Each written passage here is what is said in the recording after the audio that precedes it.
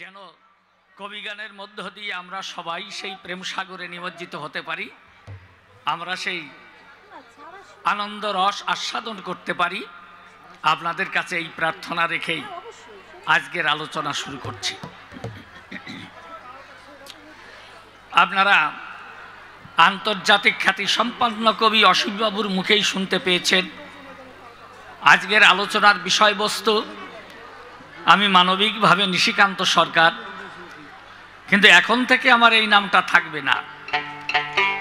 এখন আমি অভিনয় করব প্রেমানন্দ ব্রহ্মচারীর ভূমিকায়, আর অসীমবাবু হবেন সেই সাধক বিচরণ পাগল।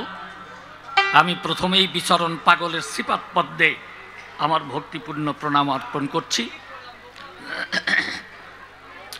যাক, আসুন ঠাকুরের নামে একটা ধ্বনি দিয়ে আমরা আজকের আলোচনা শুরু করব।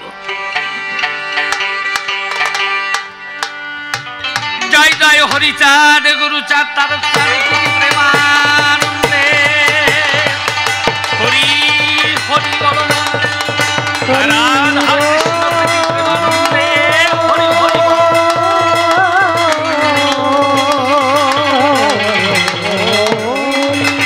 হরি হরি।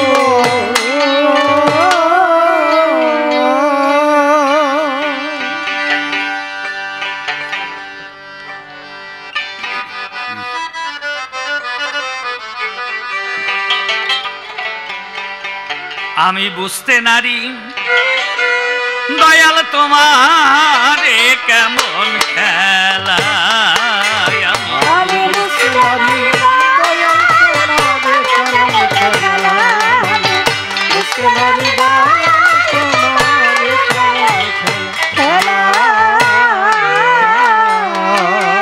আমি অবাক হয়ে দেখিতে, অবাক হয়ে আমি অবাক হয়ে দেখিছে অপূর্ব তোমার লীলা, বুঝতে নারী দয়াল তোমার কেমন খেলা, বুঝতে নারী দয়াল তোমার কেমন খেলা। তুমি একবার কারো করাও আপন, আবার কারো পর বেঁধে দিয়ে মিলন বাসর ভাঙিছ তার ভাঙিছ তুমি একবার কারো করাও আপন, আবার করো কারো বেঁধে দিয়ে মিলন বাসর ভাঙিছ তারপর ভাঙিছ হাজার বাতি আলোর বাহর, হাজার বাতি জেলে হাজার বাতির আলোর বাহর পুনরায় ভাঙো মেলা, বুঝতে নারী দয়াল তোমার কেমন খেলা, বুঝতে নারী দয়াল তোমার কেমন খেলা। এই চন্দন পালঙ্ক হতে নামাও বৃক্ষ কেড়ে নিয়ে মুখের হাসি ঝরাও চোখে জল,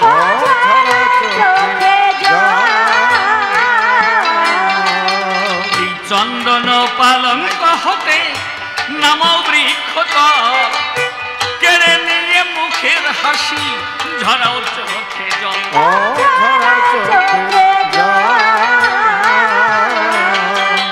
আমি নীরবে ভাবি অবিরল, নীরবে আমি নীরবে ভাবি অবিরল নিরজনে একলা, বুঝতে নারী দয়াল তোমার কেমন খেলা, বুঝতে নারী দয়াল তোমার কেমন খেলা।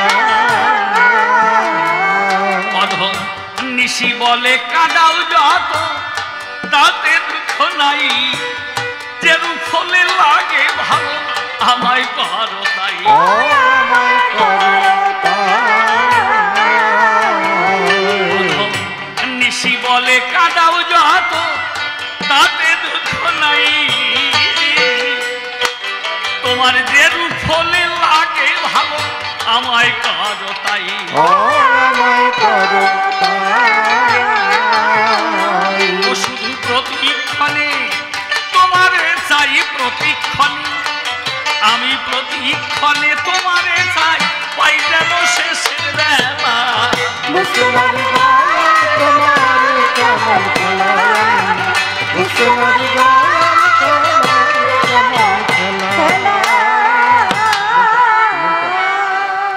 নমী কৃষ্ণ বংশীধারী মুকুন্দ মুরারি হরি, পারের কান্ডারে তুমি মঙ্গল আলয়, অখিল জীবের প্রতি অগতি তুমি গতি, সৃষ্টি স্থিতি তোমাতেই প্রলয়। স্থাগর জঙ্গম আদি সৃজিলে তুমি বিধি, সুরগণ নিরবধি তব বন্দন গায়। আসমুদ্র হিমাচল স্বর্গ মর্তন হোতল, এই নতশিরে চরণতল প্রণতি জানায়। তুমি কৃপাময় অতি, আমি অতি মূঢ়মতি, তোমার ভক্তিপ্রীতি মোর কিছু নাই। তাই জীবন সাজাতে আসি, বাজাইয়ে মিলনবাসী, নিজ গুণে ও চরণে দিও মোরে ঠাই। যাক বন্দনার ভাব পরিক্ষান্ত, আলোচনার যে বৃত্তান্ত, আদ্য পান্ত চূড়ান্ত সিদ্ধান্ত, শুনতে আমার একান্ত মনেরই কামনা। আছেন যত মহৎ ব্যক্তি, আমার তো নাই বক্তৃতার শক্তি, হয়তো এই অধমযুক্তি আপনাদিকে হৃদয়ঙ্গম যুক্তি কভু হবে না। তাই দাঁড়িয়ে প্রথমবারে আমি প্রণাম জানাই আপনাদিগের পদনখরে। আছেন যত নারী নরে, আমার শিরে শুভাশিস করবেন বরিশন। আমি আপনাদিগের শুভাশিস নিয়ে মাথে চলবো কবি কাব্য পথে, একমাত্র আপনাদিগের কৃপাতে এই কবিগান করতে পারব পরিবেশন। আমি নিশিকান্ত সরকার, ব্যক্তি পরিচয় জানাই আপনাদিগের ধার। আর প্রতিপক্ষে আন্তর্জাতিক খ্যাতি সম্পন্ন অসীম বাবু যে জন। এ দুইয়ের মধ্যে আলোচনা হবে, আপনারা আকর্ষণ করবেন সবে। আবারও দাঁড়িয়ে কাব্য হবে, সকলের চরণে আমি প্রণাম করি অর্পণ। এইবার যাব আমি প্রেমানন্দ ব্রহ্মচারীর ভূমিকায়। এই প্রেমানন্দ ব্রহ্মচারী ধরে নাম আমি পুনরায় পরিচয় দিলাম সবাধাম। আর প্রতিপক্ষে গুণগ্রাম অসীমবাবু যে জন, এই বিচরণ পাগল হয়ে অদ্য সভাপক্ষে দাঁড়িয়ে আমার প্রশ্নগুলি নিয়ে একে একে জবাব করবেন অর্পণ। তাই তো আমি দাঁড়িয়ে প্রথমবারে আমার মনের যে সংশয়গুলি তাই একে একে ধরব তুলি, আপনারা আকর্ষণ করবেন সকল জ্ঞানী নরে। দেখুন, অদ্যাবধি আমাদের সনাতন ধর্মের ভিতরে বলি কথা প্রকাশ করে এ যতবার ভগবান এসেছেন অবতারে, আমরা কিন্তু জানি সর্বজন। ত্রেতা যুগে রামচন্দ্র এলো, তার জন্যে তার লীলা কথা যা প্রকাশ হয়েছিল এর প্রমাণ দিয়েছে রামায়ণ। আমি জানাই আপনাদিগের বাকে, তাই তো যে কোনো ভগবানের লীলা কথা লিখতে হলে পরে খুলে বলি আপনাদিগের গোচরে একজন গুরুত্বপূর্ণ ব্যক্তির আছে প্রয়োজন। তাই তো আদি কবি বাল্মীকি যিনি লিখেছিলেন এই রামায়ণ খানি, ব্রহ্মার আদেশে সেজন, ব্রহ্মার আদেশ নিয়ে মাথে এই কলম নিয়ে নিজ হাতে তিনি লিখে দিয়েছেন রামায়ণের পাতে। আপনারা অবশ্যই তা করেছেন পঠন। এই রামচন্দ্র যে অবতারে এলো আপনাদের জানার হলো, অযোধ্যায় দশরথের নন্দন এক বিষ্ণু চতুরংশে জন্ম নিয়েছিল ওই ব্রাহ্মণ বংশে। তাহলে তার মধ্যে শ্রেষ্ঠ হলেন রাম রাজীব লোচন। এই রাজীব লোচন যে এসেছিল, যে সমস্ত অলৌকিক লীলা সম্পন্ন করলো, আপনারা কিন্তু তা জানেন সর্বজন।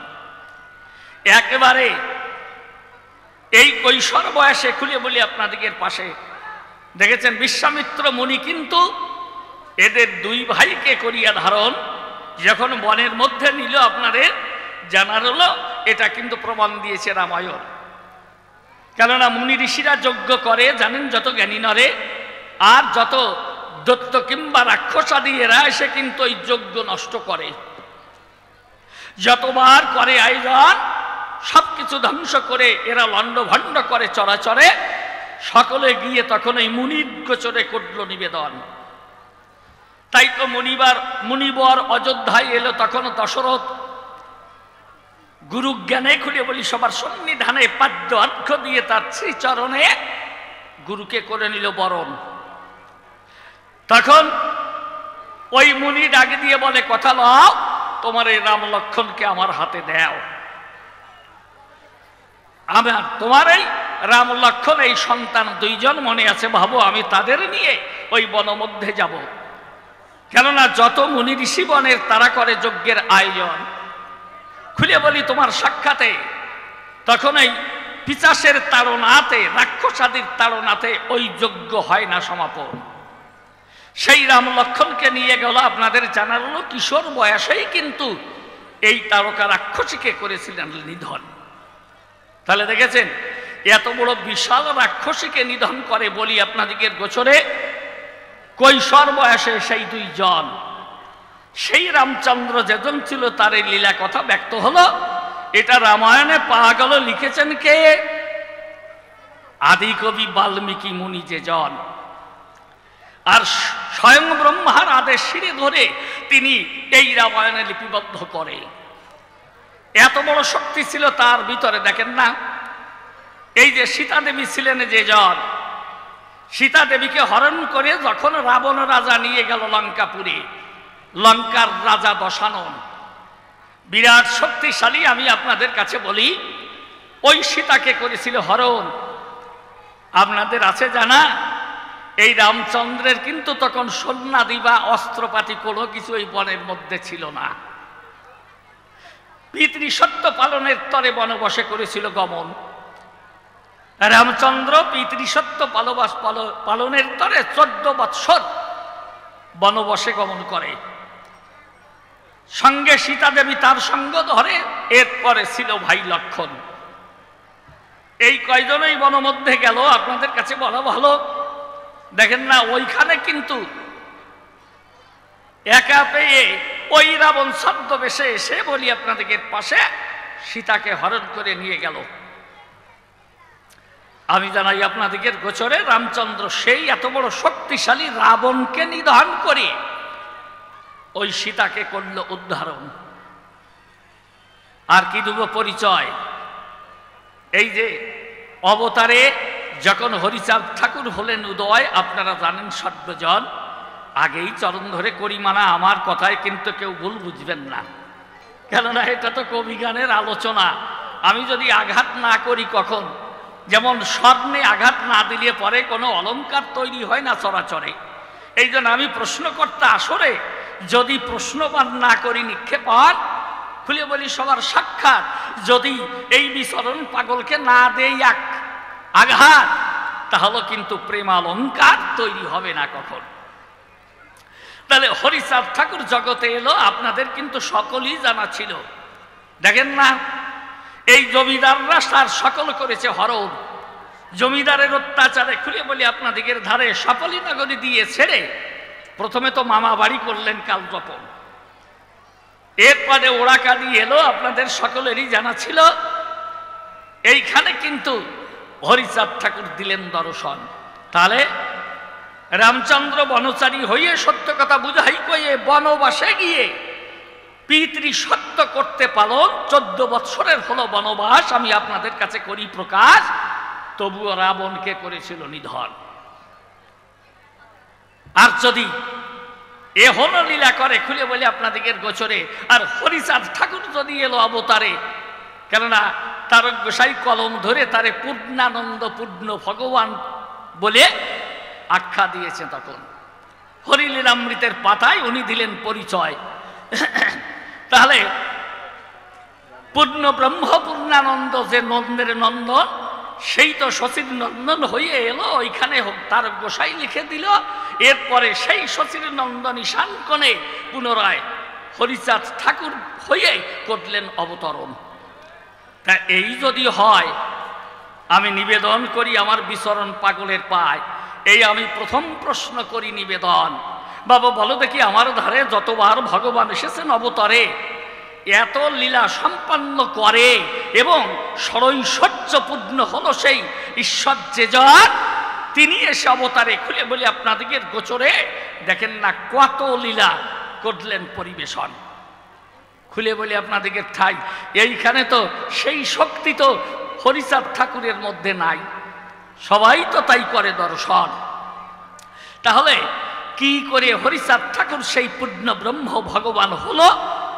আর কেনই বা তারক গোসাই কলম ধরে লিখেছিল হরিলীলামৃতে আমরা সবাই দেখতে পাই। এই জন্যে প্রথম প্রশ্ন নিবেদন করি তোমার চরণে, তারক গোসাই কোনো গুরুত্বপূর্ণ ব্যক্তি না হলে পরে গুরুত্বপূর্ণ গ্রন্থ লিপিবদ্ধ করতে পারে না চরাচরে। তাহলে তারক গোসাইয়ের কোন শক্তি ছিল ভিতরে যে সেই শক্তি গুণে কলম ধরিয়ে তিনি হরিলীলামৃত করেছেন লিখন। আর হরিচাঁদ ঠাকুর যে অবতারে এলো, পূর্ণ ব্রহ্ম ভগবান তাকে আখ্যা দিল। বলো এই হরিচাঁদ ঠাকুরের মধ্যেই বা কি শক্তি ছিল, তুমি একটু ভালো করে করিবে বর্ণন। দাঁড়িয়ে সভ্য সভাটাই প্রথমে এই দুখানা প্রশ্ন করে যায়। আপনারা সবাই করেছেন আকর্ষণ। তাহলে এই যে রামচন্দ্র জগতে এলো, এত শক্তি প্রচারিল, দেখেন তার বাহুতে যে শক্তি ছিল, লঙ্কার রাজা দশাননকে করেছিল নিধন। ত্রেতা যুগে এলো কৃষ্ণ ভগবান, খুলে বলি সভাস্থান, একেবারে দেখেন না কংসের কারাগারে দিল দর্শন। আমি জানাই আপনাদের গোচরে সেই কংসের কারাগারে আবির্ভূত হয়ে চরাচরে যিনি যমুনা পার হতে যায়, এইভাবে যমুনা পার হয়েছিল, আপনাদের কাছে বলা ভালো, তার ঐশী শক্তি গুণে সকল কিছু করেছিল জয়। সেই কৃষ্ণ এলো বৃন্দাবনে, খুলে বলি আপনাদের সন্নিধানে। এই দ্বাদশ সখাসনে খেলাধুলা করে, কিন্তু খেলাধুলা করেছিল তথায় বাল্যলীলায় করেছিল খেলাধুলা। ওই যে কৃষ্ণ চিকন কালা আর তার দ্বাদশ সখা ছিল যতজন, এদেরকে সঙ্গে করে খুলে বলি আপনাদের গোচরে, যেখানে যিনি কৃষ্ণ নটবরে অগাসুর বগাসুরকে নিধন করে, যার অত্যাচারে উৎপীড়িত ছিল যত বৃন্দাবনবাসীগণ। দেখেছেন এই মানুষকে এত উৎপীড়ন নিপীড়ন করে, আপনারা ভেবে দেখেন অন্তরে। আর ভগবান কৃষ্ণ নটবরে এই বৃন্দাবনে দিয়ে দর্শন, এদেরকে নিধন করেছিল, এ তো ভাগবতে প্রমাণ পেল। এমনকি কংস রাজাকে বধ করেছিল সেই কৃষ্ণ নারায়ণ। আমি জানাই আপনাদের গোচরে, এইবার ভেবে দেখেন অন্তরে এত শক্তি যারা এ বিশ্ব পরা ধরে, এরা এসেছে অবতরে, তাই তো ভাগবতে করেছে লিখন। এটা মহামুনি বেদব্যাস করেছিল প্রকাশ, তার সেই অসীম শক্তি বাহুতে কলম করে ধারণ। কে প্রকাশ করল এই কৃষ্ণ কথা, কৃষ্ণ লীলা কে লিখেছিল? মহামুনি বেদব্যাস। আগে রামায়ণ লিখলেন আদি কবি সেই বাল্মীকি ঋষি যারে কয়, আর এবার মহামুনি বেদব্যাস। আমি জানাই আপনাদের সকাশ কৃষ্ণ কথা কৃষ্ণ লীলা করলেন প্রকাশ ওই ভাগবতের পাতায়। দেখেছেন তিনি কত গ্রন্থাদি লিখেছিলেন। মানুষটা কেমন, যে যেমন মানুষ, যার যেমন শক্তি বল, খুলে বলি শোভাতল, তার প্রকাশটাও তো হবে তেমন নাকি বাবা? হ্যাঁ, ত্রিলক্ষ ব্রজ শস্ত্রাণী নবলক্ষস্য আগব, অষ্টাদেশ পুরাণভ্য নব ব্যাকরণস্তথা সারং সারং পুনঃসারং রাধা কৃষ্ণ চতুরাক্ষরম। তাহলে মহামুনি বেদব্যাস যেজন ছিল 3 লক্ষ ব্রজশাস্ত্র লিখেছিল, আর 9 লক্ষ হলো আগম। তাহলে দেখেছেন এই আগম নিগম বলে যারে এই শাস্ত্র লিপিবদ্ধ করে। এরপরে অষ্টাদশ পুরাণভ্য মানে 18 পুরাণ 14 শাস্ত্র এগুলি করেছে লিখন। খুলে বলি আপনাদেরকে গোচরে এত শাস্ত্রাদি লিপিবদ্ধ করে তারপরে মনের আশা করতে পূরণ, কেননা অন্তরে সুখ নাই। আমি আপনাদের কাছে জানাই, একদিন এই ব্রহ্মার আদেশ পেয়ে গোসাই এরপর এই ভাগবত করলেন লিখন। নারদমুনি কাছে এলো, এসে তখন ভাগবতের কথা বলেছিল, তুমি এখনো তো ভাগবত লেখো নাই। এই গোবিন্দের প্রেম লীলা লিপিবদ্ধ করে আমি জানাই আপনাদিগের গোচরে সেই মহামুনি বেদব্যাস বলে যারে ভাগবত রচনা করে বিশ্বভুবন। সেই ভাগবতের যত অমৃত কথা সভাতে দেই বক্তৃতা, যিনি কৃষ্ণ জগত পাতা সেই পূর্ণ ব্রহ্ম সনাতন। আমি জানাই আপনাদিগের গোচরে দেখেন না এই কৃষ্ণ, কৃষ্ণস্তু ভগবান স্বয়ং, ঈশ্বর পরম কৃষ্ণ সচ্চিদানন্দ বিগ্রহ অনাদির আদি গোবিন্দ সর্বকারণ কারণ। সেই পরমেশ্বর কৃষ্ণ শুধু ঈশ্বর নয়, ঈশ্বরের ঈশ্বর যিনি পরম, এই তো তাহলে ঈশ্বরেরও ঈশ্বর যিনি পরমেশ্বর হলেন তিনি, সেই কৃষ্ণ চিন্তামণি নেমে এলেন মধুর বৃন্দাবন, এসেছিল অবতারে। আমি জানাই আপনাদিগের ধারে মহামণি বেদব্যাস কলম ধরিয়ে তার লীলা কথা সব করেছেন রচন। এইবার এরপরে গৌরাঙ্গ এলো। বৃন্দাবনে যে কৃষ্ণ ছিল রাধা প্রেমে হয়ে মগন, রাধা প্রেম অনুশীলন করে খুলে বলি আপনাদিগের গোচরে বৃন্দাবনে রাসলীলা করেছিলেন কৃষ্ণ জনার্দন। সেই রাসের যাহা নির্যাস আমি আপনাদের কাছে করি প্রকাশ। এইবার গৌর হইয়া দিয়ে দর্শন, সেই অনর্পিত ধন জগতে দিতে এলো। গৌর হইয়া তাই দান করেছিল এই কলির জীবকে করে উদ্ধারণ। দেখেছেন? তাহলে এত শক্তিধর হলে পরে, এত ক্ষমতা যাদের ভিতরে, এত সাধন ঐশ্বর্য যারা লাভ করে, তারা এত বড় বড় গ্রন্থাদি করেছেন লিখন। ও বাবা পাগল, তুমি আমার কাছে খুলে বলো তারক গোসাইয়ের মতো এইরকম কি কি শক্তি ছিল, কোন গুণে তিনি এই হরিচাঁদের লীলা প্রকাশ করতে হরিলীলামৃত করেছিলেন লিখন।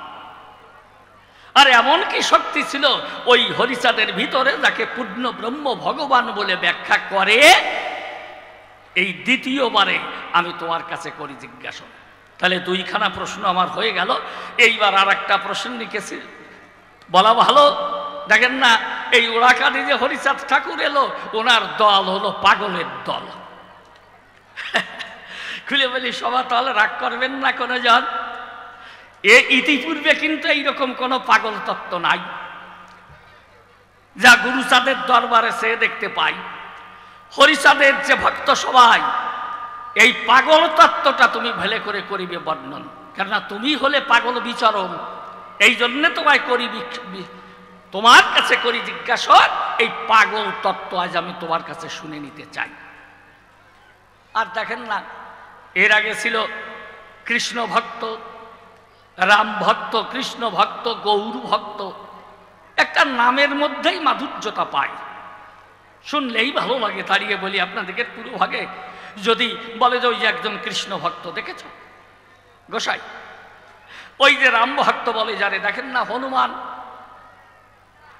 যে হনুমান তাহলে গন্ধমাদন পর্বত কাঁধে করে মাথায় করে রামের করে করেছিল অর্পণ। এটা রামায়ণের কথা, রামায়ণে দিয়েছে বক্তৃতা। আর এদিকে ত্রেতা যুগে গেল তো এমন, দাপর যুগ যখন এলো, যিনি কৃষ্ণ চিকন কালো, তিনি এইরকম যে কত কত লীলা করেছিল, এক মুখে করা যায় না বর্ণন। এরপরে গৌর এসে হরিনামে গেল ভেসে। দেখেন না চৈতন্য চরিতামৃতে তাই করেছেন লিখন, হরের নাম হরের নাম হরের নাম ইবাকে বলাম, কলৌ নাস্তেব নাস্তেব নাস্তেব গতির অন্যথা। তাহলে এই হরিনাম ভিন্ন, কলির জীবের গতি নাহি অন্য। তাই তো কৃপা করে সেই শ্রীকৃষ্ণ চৈতন্য গৌরাঙ্গ মহাপ্রভু যে জন এসে এই হরনাম এই দিয়েছিল হরিনাম। তাহলে বোঝেন তার ব্যাপারটা কেমন। এই চৈতন্য চরিতামৃত যে লিখেছিল কৃষ্ণদাস কবিরাজ গোস্বামী ছিলেন যে জন, এই যে কৃষ্ণদাস কবিরাজ গোস্বামী মানুষটাও অতীব দামি, সতত সেবা করতেন রাধা কৃষ্ণের চরণ।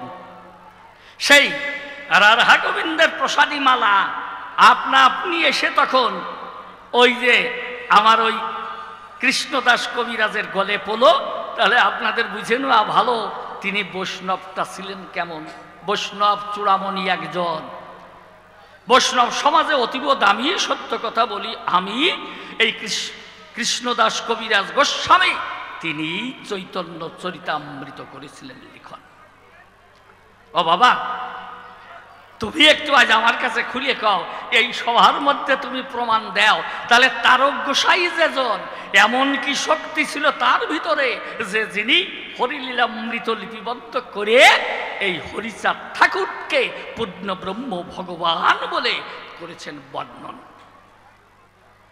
যাক, এইবার আর একখানি প্রশ্ন করবো আপনাদিগের ধারে। যে বলেছি এই পাগল তত্ত্ব যত ওই মতুয়ার ভিতরে, এই পাগল তত্ত্বটা কি, আমি তৃতীয় প্রশ্ন করলাম উদ্ঘাটন।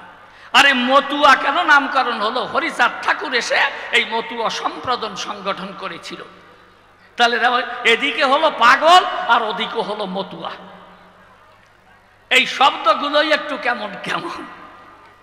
চরণ ধরে করি মানা, আপনাকে কেউ ভুল ভুল বুঝবেন না, কেন যাতে হয় সুন্দরভাবে আলোচনা, এই জন্য আমি একটু খোঁচা দিয়ে করে যাই জিজ্ঞাসন। যাক, তাহলে এই চারখানি প্রশ্ন করে আমি গেলাম আসরে। এইবার আমাদের আন্তর্জাতিক খ্যাতি সম্পন্ন কবি অসীম বাবু এসে আসরে বিচরণ পাগলের ভূমিকা ধরে জবাব করবেন অর্পণ। তবে পাগল, আমি তোমারে করি মানা, তুমি কিন্তু আবার এই কায়দায় ফুটো ড্রামের মতো জবাব দিয়ে না। অনেকে আছে, অনেকে বলে যে এই ফুটো ড্রামের মতো জবাব দেয়, তা এ জানো হয় না। ছোট্ট একটা গল্প মনে পড়ে গেছে, বলবো না? তেমন গরজ নাই আপনাদের, বলবো? ওরে বাবা, মায়েদেরই তো গরজ বেশি। তাহলে একটু বলে যায় আপনাদিকের পাশাপাশি। এক লোক এই পল্লী এলাকায় বাড়ি, উনি ডাক্তার দেখাতে যাবেন কলকাতায়। তা ফার্স্ট ট্রেনে যাবে এইটা মনে ভেবে একেবারে প্ল্যাটফর্মে এসে বসে আছেন ভোরবেলায়। একেবারে লেখাপড়া নাই জানা, আর আগেই তো করেছি বর্ণনা যে পাড়া গায়ে বাড়ি, পল্লী এলাকায় বাড়ি। তা ওনার চেহারাটা কেমন জানেন? একটা জাইগেন্টিক ফিগার, নিচে একটা লুঙ্গি পরা, তাতে আবার ইনার ছাড়া, মানে আন্ডার প্যান্ট পরে নাই, আন্ডার প্যান্ট ছাড়া হলো লুঙ্গি পরা, চেক লুঙ্গি পরা, আর একটা হাফ শার্ট গায়ে, হাফ শার্ট জামা গায়ে, তার মাঝখানের দুটো বোতাম ছেঁড়া। কারণ কি জানেন? উনি তো ডম্বুজ বাবাজি, এই হ্যাঁসা পেট, বুঝেছেন? এই জন্যে ওই বোতামে করে রাখতে পারে না সেট, টেলার চোটে বোতাম ছিঁড়ে গেছে। উনি তো এসে বসে আছে প্ল্যাটফর্মে, কোন সময় ট্রেন আসবে। তা যেখানে বসে আছে ভাবে যে আমার আর যাত্রীরা দেখেন না এদিকে ওদিকে নড়াচড়া করে, দৌড়াদৌড়ি করে, দেখেছেন? মানে কোন কম্পার্টমেন্টে উঠবে একটা সারা পড়ে যায়। উনি ভাবছে আমি যে জায়গায় এসে দাঁড়াইছি এই জায়গায় বসে আছি, এইখান থেকে যে কম্পার্টমেন্ট পাবো ওইখানে উঠে যাব। আস্তে আস্তে উনি তো লেডিস সাইনবোর্ড যে লেখা আছে, খুলে বলি আপনাদের কাছে, ওই জায়গায় করেছি বর্ণনা, লেখাপড়া জানে না। উনি দেখে যে কেউ এই জায়গায় দাঁড়ায় না, উনি দেখছে ভালো হয়েছে, এখানে লোকজন কম, আমি নিরিবিলি উঠে যাবো, ভিড় নাই। তা সত্যি ট্রেন যখন থেমেছে, ওই লেডিস কম্পার্টমেন্টে উঠে গেছে, গিয়ে তখন ওই সিট হেলান দিয়ে বসে আছে। আরে ভোরবেলার ট্রেন তো, শীত তো চলেই গেছে বাবা, দেখছেন? এখন ভোরবেলার ঝিরি ঝিরি হাওয়া, বেশ ওনার শীতের শীত শীত ভাবও আছে, আবার গরম গরম ভাবও আছে, আরামে সিট হেলান দিয়ে বসে আছে।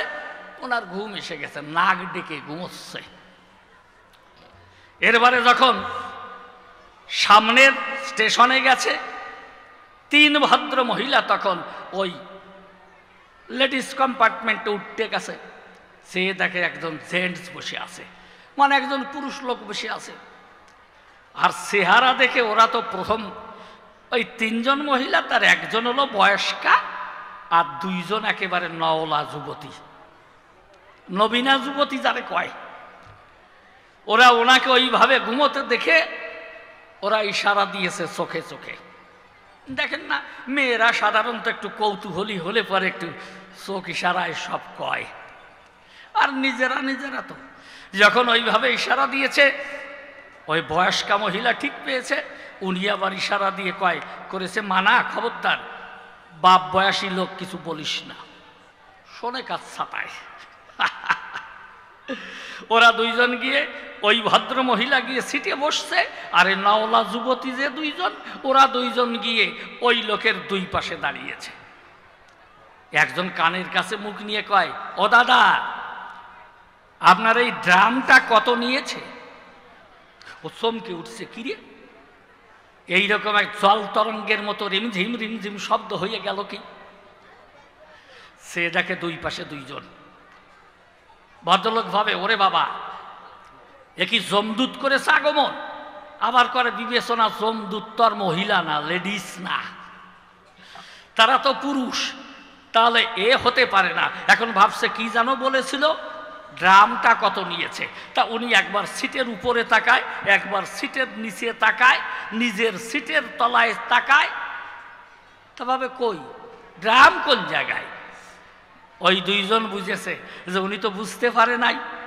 তো একজন তো ওই পাশে কানের কাছে মুখ নিয়ে একটু আসতে বলেছিল, দাদা আপনার এই ড্রামটা কত নিয়েছে। এইবার এই পাশের জন ওই বাম কানের কাছে গিয়ে কয় যে ও বর্দা আপনার এই ড্রামটা কত নিয়েছে। এই বলেই ওই পেটে খোঁচা দেয়। ওই যে হ্যাঁ সাবুড়ি বুড়ো পেট, ওই পেটে খোঁচা দিয়ে কয় যে ও বর্দা আপনার এই ড্রামটা কত নিয়েছে। উনি সহজ সরল মানুষ, বোঝেন তো, সহজ সরল মানুষ যদি একবার রেগে যায় বা চেতিয়ে যায় তো অবস্থাটা কি দাঁড়ায়। ভাবে কি, হ্যাঁ আমার নাতনির বয়স তোমাদের, আমার নাতনির বয়সী আমাকে নিয়ে করো হাসাহাসি। উনি লাভ দিয়ে দাঁড়িয়ে যায়। ওই যে বলেছে এই ড্রামটা কত নিয়েছে, পেটে খোঁচা দিয়েছে, রাগ হয়েছে গায়ে। ওই লুঙ্গি মনে আছে তো, লুঙ্গি পরা, তাতে কি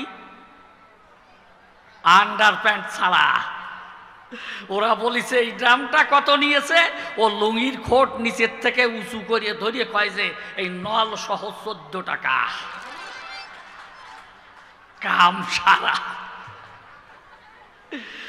যেই লুঙ্গির খোট উঁচু করিয়ে ধরে কয় যে নল সহ 14 টাকা। ওরা লজ্জা পেয়ে হয়ে গেছে বোকা, ওরা তাড়াতাড়ি ওই সিটে ফিরে যায়। আর এই যে বয়স্কা মহিলা যেজন ছিল উনি দেখে যে আমাদের তো পরাজয় হয়ে গেল, তাড়াতাড়ি ওই সিট ছেড়ে দিয়ে ওই লোকের কাছে এলো। পিছনে গিয়ে তা ও তো সামনে উঁচু করে ধরে কইছে নল সহ 14 টাকা। আর উনি গিয়ে ওর পিছনের লুঙ্গির খোট উঁচু করে ধরে কয় যে ফুটো ড্রাম, এই জন্যই এত কম দাম। বাবা পাগল, আমি সহজ সরল মানুষ, ওইসব ট্যাট ভট বুঝি না। তুমি এই রকম জানোই ফুটো ড্রামের মতো জবাব দিয়ে না, সবাই কয় তাই যে কবি সরকাররা ওই খালি ফুটো ড্রামের মতো জবাব দিয়ে যায়। আজকে চরণ ধরে করি মানা, তুমি এ সমস্ত বলে না, একটু ভালো করে জবাব দিয়ে বুঝায় সব।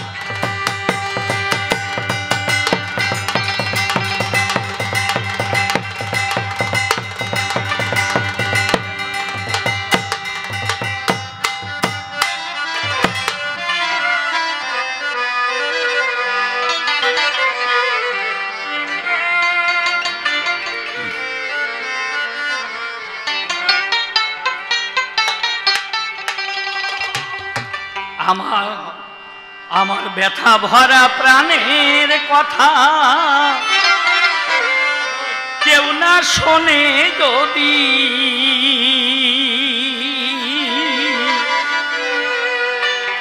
দিনের শেষে শুনো মোর গান। ও গো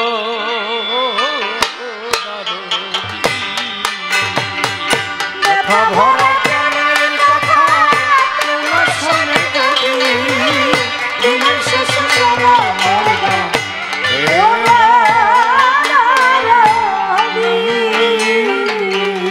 আমি সেই আশাতে কথার মালা, সেই আশাতে কথার মালা গাথি নিরবধি। দিনের শেষে শোনো মোর গান, ও গো দরদি। দিনের শেষে শোনো মোর গান, ও দরদি। যদি শূন্য বুকে কবু কাঁদি মরুময় জীবনে, তুমি আছো কাছে দরদি, কইও কানে কানে, ও কইও কানে কানে। যদি শূন্য বুকে কবু কাঁদি মরুময় জীবনে, তুমি আছো কাছে দরদি, কইও কানে কানে, তুমি কইও কানে কানে। আমায় সারস করো পারল দানে, আমায় সারস করো পারল দানে, হে করুণা নিধি। দিনের শেষে শোনো মোর গান, দিনের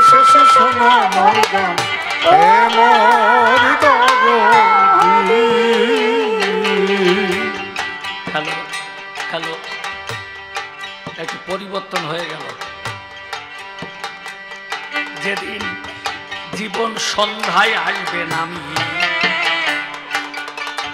নিভে যাবে বাতি, হারাইবে পথের দিশা, ঘনায়ে কাল রাতি।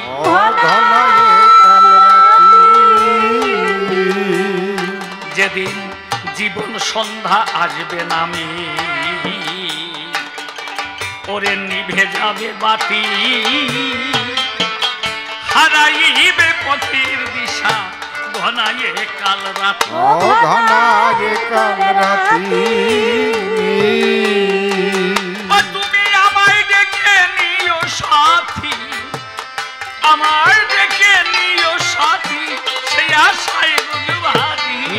দিনের শেষে শোনো মোর গান, দিনের শেষে শোনো মোর গান,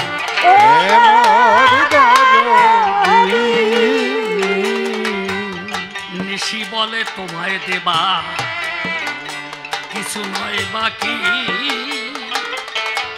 শত দুঃখের মাঝেও জানো তোমার দেখা, তোমার দেখা পাই।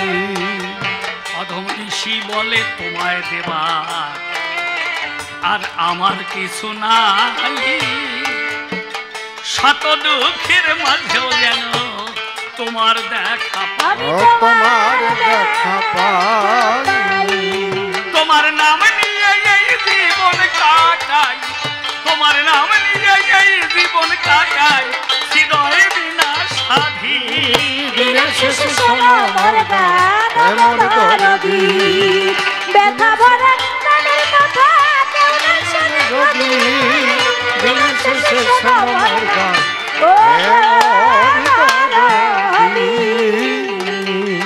আমি প্রেমানন্দ ব্রহ্মচারী দিলাম পরিচয়, বিপক্ষেতে বিচরণ পাগল এসব হাতে রয়। আমার যত সংশয়গুলি করলাম নিবেদন, একে একে সবার বাকে জবাব দেবে সেজন। এই যে সত্য ত্রেতা দাপর বলি, চারি যুগে যে গেল, চারি যুগে চারি ভগবান অবতারে এলো। এক একজন বিশিষ্ট ব্যক্তি করেছে লিখন, তাই তো ত্রেতা যুগে এলো রামায়ণ। আর আদি কবি বাল্মীকি যেজন বটে ছিল, এই রামায়ণে রামের কথা আপনি লিখে দিল। দাপর যুগে মহামুনি যিনি বেদব্যাস করে কৃষ্ণলীলা কলম ধরে তাই করেছেন প্রকাশ। এখনো বিশিষ্ট সাধক ব্যক্তি এই জগতে যারা ছিল, একে একে এক এক গ্রন্থ লিখে বটে দিল। এই যতবার ভগবান এলো এই না দুনিয়ায়, তারাই কিন্তু পারিষদ হয়ে দিল পরিচয়। আর কৃষ্ণদাস কবিরাজ গোস্বামী এই অমৃত লিখে, চরিতামৃত লিখে, এই গৌর যে ভগবান এলো এ ভুলকে, লীলা কথা কলম ধরে করেছে লিখন। এই যুগে তারক গোসাই ছিলেন যে জন, তারক গোসাইয়ের এমন কি শক্তি বটে ছিল, এই হরিচাঁদকে পূর্ণ ব্রহ্ম ভগবান বলিল। আর হরিচাঁদের ভিতরে এমন কি গুণ রয়, যার জন্য ভগবান হয়ে তিনি এলেন দুনিয়ায়। আর মতুয়া বলে কারে তুমি বলবে আমার ঠাই, এই মতুয়া তত্ত্বই আমি তোমার কাছে শুনতে পাই। এতদিন জীবনে কখনো পাগল শুনি নাই, এই গুরুচাঁদের দরবারে তাই চেয়ে দেখতে পাই। এই পাগল তত্ত্ব বলে কারে বলবে আমার ধারে, এই চারখানা প্রশ্ন আমি করে যাই যে তারে।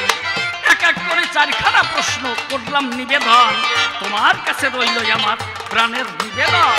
তবে আর বেশি কথা বলবো না, এইভাবে ছেড়ে দেব কাব্য আলোচনা। সভাতে আছেন যত সভাসদ জন, একে একে প্রণমিব সকলের চরণ। সকলে এ আশীর্বাদ করিবেন আমারে, শ্রীদুন্দন ভাসতে পারি কবির সাগরে। সবার মধ্যে আছেন যত মাতৃ জাতি, আপনাদিকে চরণে হই যে প্রণতি। তবে আর বেশি বলে দরকার নাই, তবে আমার মতো আমি এখন ছেড়ে দিয়ে যাই। চারখানা প্রশ্ন আমি করলাম নিবেদন, তিনি এসে সুন্দর জবাব করিবেন অর্পণ। এই জন্যই মনে মনে করি বিবেচনা, তবে অন্য ভিন্ন কথা আর বলবো না। এইখানে আমার কথা সাঙ্গ হয়ে গেল প্রেমানন্দে ভক্তবৃন্দে। হরি হরি বলো হরি। আজকে বিশেষ বিশেষ চারখানা প্রশ্ন হয়েছে, খুব গুরুত্বপূর্ণ প্রশ্ন হয়েছে, যে প্রশ্ন সচরাচর হয় না। কারণ প্রেমানন্দ ব্রহ্মচারী ধরে নাম, দাঁড়িয়ে সভ্য সবাধাম, বড় বক্সে আর একটু রিভাইভ লাগবে। কিন্তু প্রথম প্রশ্ন করেছে দান, আমাদের সনাতন ধর্মে যত অবতার এলো, রাম এলো, কৃষ্ণ এলো, গৌরাঙ্গ এলো, তাদের লীলা গ্রন্থ যারা লিখেছিল তারা প্রত্যেকটা মানুষই মহান। যেমন রত্নাকর দস্যু সাধনা করে বাল্মীকি নাম ধরে, আর সেই বাল্মীকি লিখন করে মধুর রামায়ণ। 60,000 বছর সাধনা, কম কথা না। তারপরে কৃষ্ণলীলা লিখলেন বেদব্যাস কৃষ্ণ দ্বৈপায়ন, এতে একটুও নাই, দেখছিস? এতে কোনো রিভাইভ নাই, একটা মনিটরেও রিভাইভ নাই। সেই যে বেদব্যাসের কথা দিয়ে গেছে বক্তৃতা, সেও মানুষ, একজন ছিলেন মহাজন। রেস ধরে রাখবে, বকাত করে বন্ধ হয়ে যাচ্ছে, বোঝো না? দেখি জুয়েলি, তোর মাইকটা সেইভাবে, এটা তো বেশি ইকো দিয়েছো কেন? হ্যালো, রিপিটটা হবে না। হ্যালো,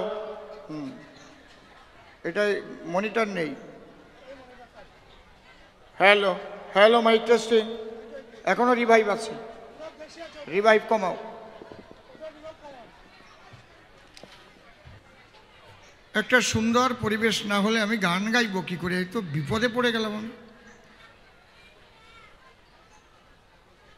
মাইক হচ্ছে গানের প্রাণ, মাইক ছাড়া গাওয়া সে আলাদা ব্যাপার, মাইক নাই, কিন্তু মাইক একদম সঠিক চাই। দেখ বন্ধ হয়ে যাচ্ছে কথা বলার সাথে সাথে, কথা বললাম বন্ধ। হ্যাঁ, রিভাইভ কেন থাকবে না? রেস্ট থাকবে না কেন? তোমরা অপারেট করতে পারছো না, এটা হচ্ছে মূল কথা। এত সুন্দর মেশিন,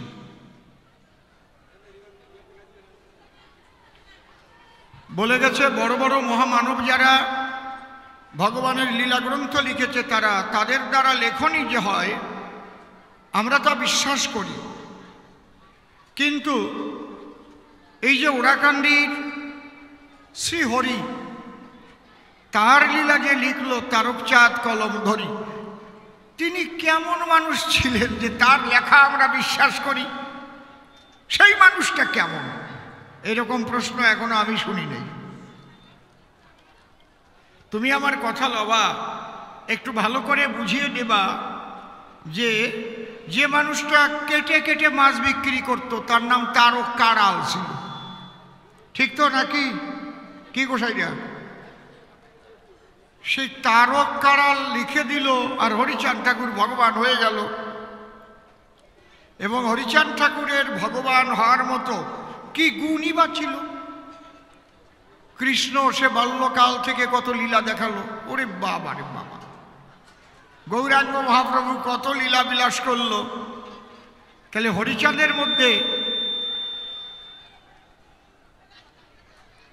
এমন কোন শক্তি ছিল যে হরিচাঁদকে ভগবান বা ঈশ্বর বলে দিল লিখে, আর আমাদের মানতে হবে? এই প্রশ্ন করেছে না? কি গোসাই রে, কথা কন না কেন মা? হ্যাঁ, কথা কইয়েন আমার সঙ্গে, মনে আছে তো? আর একটা প্রশ্ন করেছে সবার ঠাই, সনাতন ধর্মের কোনো মত পথের মধ্যে পাগল নাই।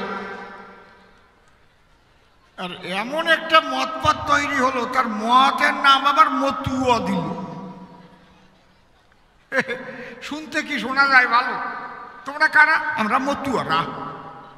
আবার যদি বরিশালের মানুষ হয় তারা কয় আমার মৎকর দল, ঠিক না? ঠিক কইছি তো নাকি? বরিশাইলেরা কয় আমরা মৎকর দল, আবার কেউ কয় হট্টি বোলার পার্টি।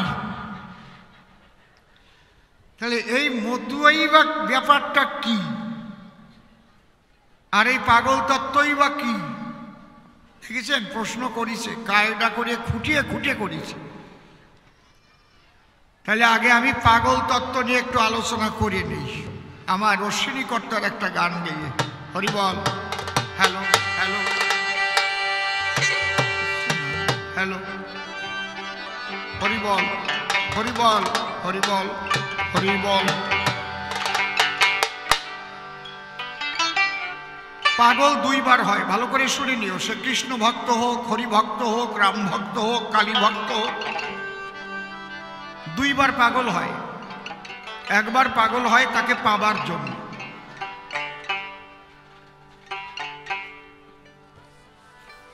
আমার আকাঙ্ক্ষিত জনকে আমি যতক্ষণ না পাবো তখন আমি পাগলের মতো হয়ে কিন্তু তাকে ডাকবো, হে কৃষ্ণ দেখা দাও, হে কৃষ্ণ দেখা দাও। এই যে একটা টাইম, এই টাইমে ভালো বিছানায় শুতেও ভালো লাগে না, ভালো খাবার দিলেও ভালো লাগে না। শুধু ভালো লাগে কখন? যদি ভাবের মানুষের সঙ্গে হয় মিলন। কি হয়েছে তোর বেলা, কি হয়েছে? যদি কোনো ভাবের মানুষের সঙ্গে মিলন হয়, দেখা যাচ্ছে আমি যেভাবে, আমি যাকে চাইছি ও তো সেই ভাবেরই মানুষ, তখন দুজনের মধ্যে প্রেমালিঙ্গন হয়, চোখের জলে ভেসে যায়, ঠিক তো নাকি? কৃষ্ণ ভক্ত, রাম ভক্ত, কালী ভক্ত যারা আছেন, আমার আলোচনা সবার জন্যে। শ্রীহরি দর্শন আলোচনা করলে বিশ্ব মানবের কল্যাণ হয়, আমি সেই আলোচনা করি। তাহলে আপনি যতক্ষণ পাগল না হতে পারবেন, অর্থাৎ একেবারে ডুবে যেতে হবে। যদি কোনো একটা যুবক ছেলে একটা যুবতী মেয়েকে ভালোবেসে ফেলে, কিন্তু মেয়েটা গরিব ঘরে, ছেলেটা হয়তো মন্ত্রীর ছেলে, মন্ত্রী হয়তো ছেলেটাকে বলে খবরদার অধিকার যাবি না, বুঝলি, ওই বস্তির মেয়ের সাথে তোরে বিয়ে দেবো না। কিন্তু ও তো পাগল হয়ে গেছে। এমনও হয় ওই বাবার ঘর বাড়ি ত্যাগ করে ওই মেয়েটার হাত ধরে পলায়ে চলে যায়। ওকে আমি চাই, তোমরা যাকে দেখো কালো, সে যে আমার চোখে চাঁদের আলো, তাকে না পেলে আমার এই জীবন বৃথা। বুঝেছেন কি বলছি? এই জায়গায় দাঁড়াই আমার তারক গোসাই বলছেন, কি বলছেন? যে যাকে ভক্তি করে সে তার ঈশ্বর, ভক্তি যোগে সে তার স্বয়ং অবতার।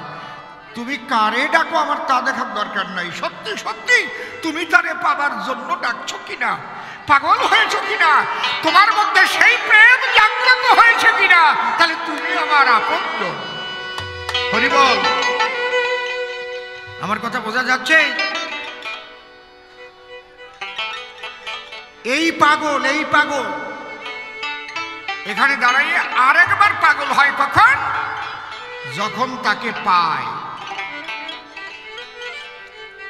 কারণ সে তো আনন্দময়, সচ্চিদ আনন্দময়, ওই আনন্দের সঙ্গে যুক্ত হয়ে তখন সে পাগল হয়। আহা, ওই পাওয়ার সঙ্গেও কাঁদবে। দেখবেন আপনি কোনো একজনকে 30 বছর পর্যন্ত দেখেন না, কবে আসবে কবে আসবে কবে আসবে, যেদিন দেখা হলো স্টেশনে নামলো, গিয়ে দেখবেন জড়াই ধরে দুজনই কান্নাকাটি আরম্ভ করলো। কান্দে না? কেন কান্দে? ওটা হচ্ছে আনন্দাশ্রু। এই যে পাবার যে একটা আনন্দ, সেই আনন্দের বহিঃপ্রকাশ হচ্ছে। নদী যেমন সাগরের দিকে ধেয়ে চলে সাগরকে পাবে বলে, দুই কুল ভাষায় দিয়ে চলে যায়। মানুষ মরবে কি বাঁচবে, ঘরবাড়ি ভাঙবে কি থাকবে, নদীর কিন্তু সে বোধ থাকে না সেই সময়। কেন? তার একটাই উদ্দেশ্য, আমি সাগর বন্ধুকে পাই যাব। এই যে পাগলা নদী ছুটছে, যখন সাগরে গিয়ে নদী পড়ে গেল, তখন ওই ঢেউ ওই ঢেউয়ের দোলায় তরঙ্গে তরঙ্গে আনন্দে নাচতে লাগলো। সেখানে আর কোনো নদী থাকলো না, একাকার হয়ে গেল। কোনোটা যমুনা, কোনোটা গঙ্গা, কোনোটা সরস্বতী। যখন ওই নদীর গতি সবাই গিয়ে সাগরে মিশে যায়, আমার কাছে বলুন দেখি, আর ওই সাগর থেকে আলাদাভাবে নদী বেছে বের করা যায় নাকি? যায় কি? ঠিক তেমন কৃষ্ণ ভজ, কালী ভজ, গৌর ভজ, রাম ভজ, আল্লাহ ভজ, গড ভজ, হরিচাঁদ ভজ, ওই বিভিন্ন নামে চলতে চলতে যখন তার কাছে পৌঁছাবে, একাকার হয়ে যাবে, আলাদা থাকবে না, আনন্দের তরঙ্গে ভাসবে তখন। তাই আমার প্রভুপাদ শ্রী গোসাই গানের মধ্যে দিয়ে এর প্রকাশ ঘটিয়েছে। আমি কি আমাতে আছি হরিচাঁদের রূপে নয়ন দিয়ে, হারে ঘরে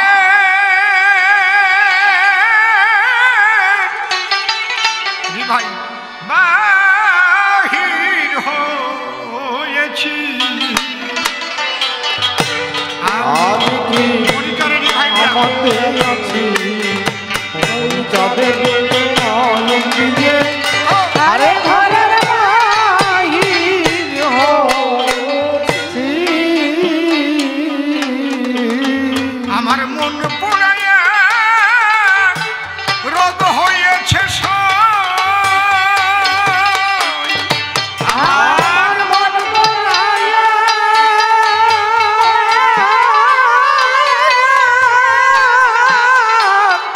রোগ হইয়াছে,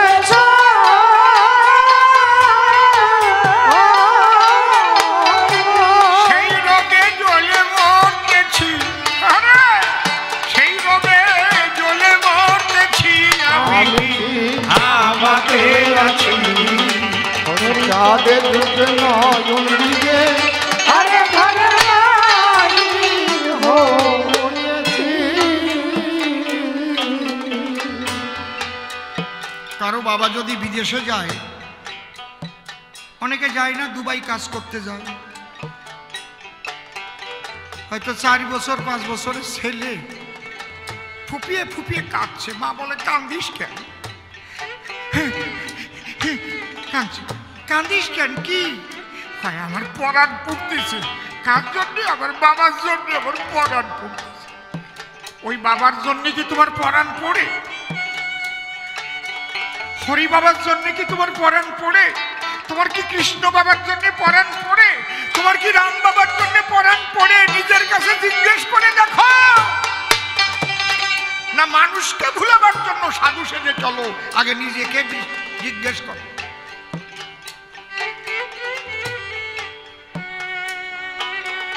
আমার মন পোড়ায়া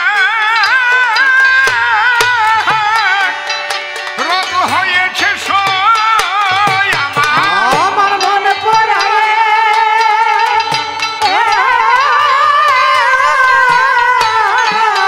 রোগ হয়েছে,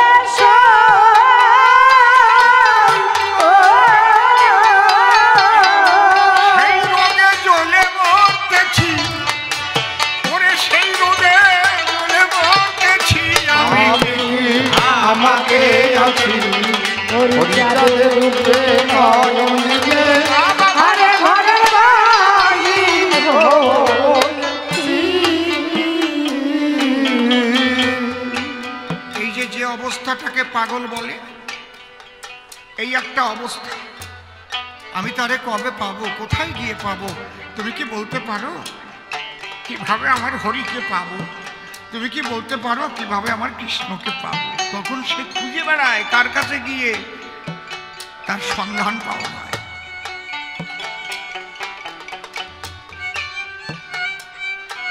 এই মানুষ খুব কম, সত্যি সত্যি তাকে পাবার জন্য কেন্দ্রে বেড়ায়। এই মানুষ খুব কম।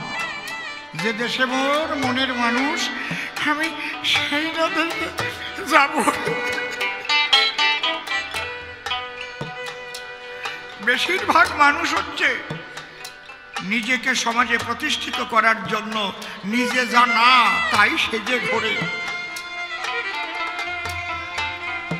নিজে আমি যা না তাই সেজে সেই পোশাক পরে ঘুরে বেড়ায়, মানুষ তাদের দেখে বিভ্রান্ত হয়। তারপরে যদি তার জন্য কারো প্রাণ কেন্দ্রে ওঠে, কখন তার দাড়ি হয়ে যাবে সে জ্ঞানও থাকবে না, কখন চুল বড় হয়ে যাবে, সে কি আলগা গায়ে আছে না ল্যাংটা আছে এই বোধ থাকবে না। হরিবল হরিবল হরিবল হরিবল, আমি তো হবে না। আর এক ধরনের মানুষ আছে নিজে ইচ্ছে করে দাড়ি চুল রেখে কাজ করবার ভয়তে সাধু সেজে পরের বাড়ি ভিক্ষা করে খায়। কথা বোঝা গেল? ওরা কিন্তু আসল মানুষ না। এই নকলে দেশটা ভরে গেছে। তাহলে আমার অশ্বিনী কর্তা কি সুন্দর লাগছে। তাহলে এই যে রোগ তাকে পাবার জন্যে এই যে ভাব, এই ভাবটাকে আমার অশ্বিনী কর্তা কি বলছে? মন পোড়া রোগের রীতি, সদা জলে বিষের বাতি, আমার মন হয়েছে স্বর্ণমতি, আমি কি করতে কি না করতেছি।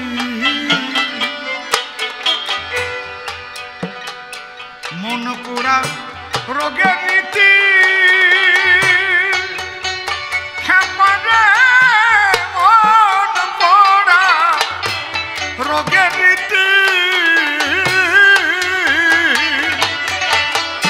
সদা জলে বিষের বাতি, মন হয়েছে ছন্নমতি, আমি কি করতে কি না করতেছি। হয়ে পাগল পারা মাতোয়ারা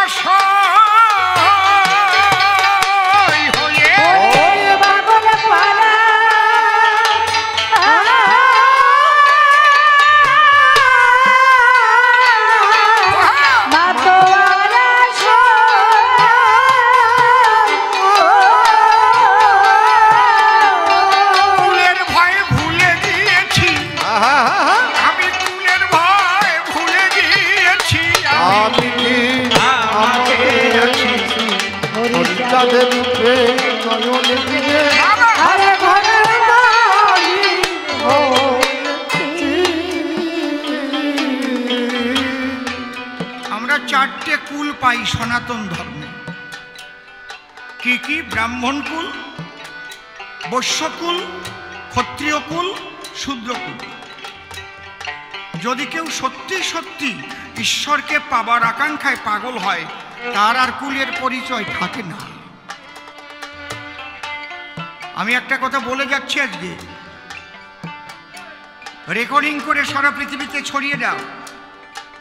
যদি দেখেন কোনো বৈষ্ণবের গলায় পৈতা নিয়ে ঘুরছে, জানবেন সে খাঁটি বৈষ্ণব হয়নি, তার এখনো কুলের গৌরব আছে। ওই বোধ আছে যে আমি ব্রাহ্মণ কুলে জন্ম নিয়েছি, সে বৈষ্ণব হতে পারে নাই। যেদিন সে খাঁটি বৈষ্ণব হবে সেদিন ওই গলায় পৈতা থাকবে না, কুলের গৌরব ভুলে যাবে। হরিবল হরিবল। একেবারে জ্যান্ত কথা বলে যাচ্ছি, পৃথিবীর সবাইকে চ্যালেঞ্জ করলাম। আমার এই কথা যদি পাল্টাতে পারে তাহলে চৈতন্য চরিতামৃত ভুল হবে।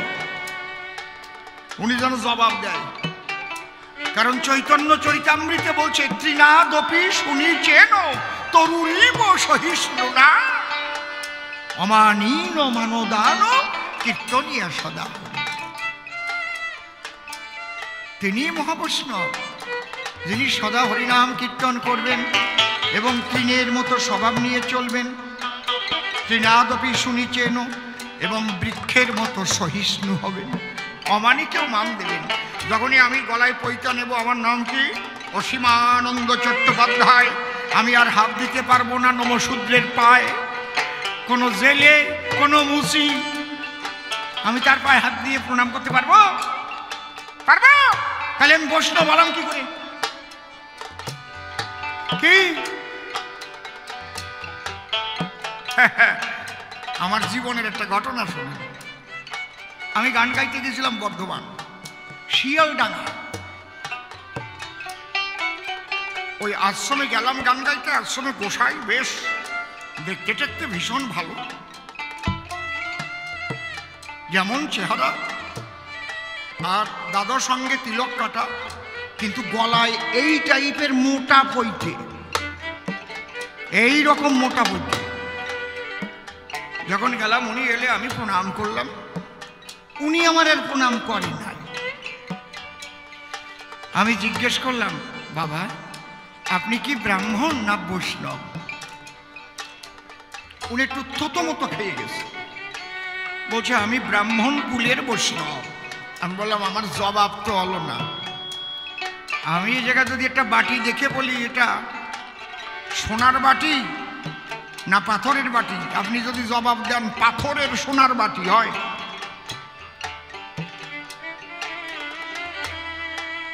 শোনেন বাবা আমি কয়েকটা কথা বলি। কি, যদি আপনি ব্রাহ্মণ হন তাহলে সেটা কন, আর যদি বৈষ্ণব হন তা কন। কারণ আমি তো ব্রাহ্মণ কুলের বৈষ্ণব। আমি বললাম ওটা হতে পারে না, আপনার কুলের গৌরব থাকাকালীন আপনি বৈষ্ণবত্ব লাভ করতে পারেন না বাবা। কেন? তখন আমি মহাপ্রভুর ওই শ্লোক দিলাম, এবং মহাপ্রভু যে পৈতা ছিঁড়ে গাধার গলায় দিয়েছিলেন পরাইয়ে, বলে দিলাম। বললাম যদি আপনি ব্রাহ্মণ হন, এই বোধ আপনার থাকে, তাহলে আপনি সবার পায়ে হাত দিয়ে প্রণাম করতে পারবেন না। ব্রাহ্মণ কখনো নিচ কুলের মানুষের পায়ে হাত দিয়ে প্রণাম করে না। আর যদি আপনি বৈষ্ণবত্ব লাভ করেন, আপনার ওই কুলের গৌরব থাকবে না। হারি মুচি ডোম চণ্ডালে সবার চরণ তলে পড়ে তার চরণের ধুলি আপনি অঙ্গে মারতে পারবেন।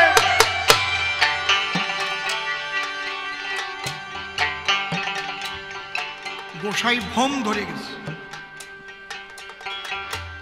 চলে গেল ঘরের দিক। মিনিট 10 পর হবে, 10-15 মিনিটের ভিতর দেখি পইতা টইতা ছিঁড়িয়ে ঘুরিয়ে নিয়ে আসে আমার পায়ে দুরুম করে পড়েছে। কয় আমি আর ব্রাহ্মণ থাকবো না, আমি আর ব্রাহ্মণ হব না, কৃপা করো আমি যেন বৈষ্ণব হতে পারি। আমার ব্রাহ্মণ কুল দিয়ে আমি বৈষ্ণব হতে চাই। প্রকৃত বৈষ্ণবীয় ভাবই হচ্ছে হরিচাঁদ ঠাকুর শিক্ষা দিতে এসেছিলেন।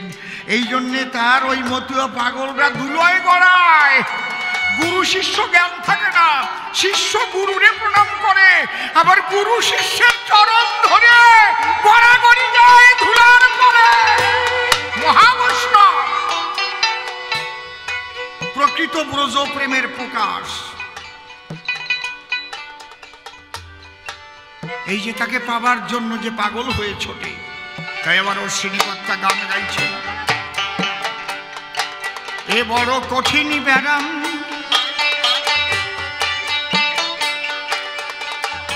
কিছুতে হয় না আরাম, কেবল বলি মলম মলম ওরে মরমে মরে রয়েছি। এই যে কি ব্যারাম, তাকে না পাওয়া ব্যারাম। এই ব্যারামের কোনো ওষুধ নাই জগতে। যার একবার তার জন্য প্রাণ কেন্দ্রে উঠেছে না, এই যে পরাণ পড়া ব্যাধি, পৃথিবীতে এমন কোনো ডাক্তার নাই সেই ব্যাধি কোনো ওষুধে সারে। এ বড় কঠিন ব্যারাম কিছুতে হয় না আরাম, কেবল বলি মলাম মলাম মরমে মরে রয়েছি। হরি চিন্তামণি ঔষধ দেব সাই, হরি হরি হরি চিন্তামণি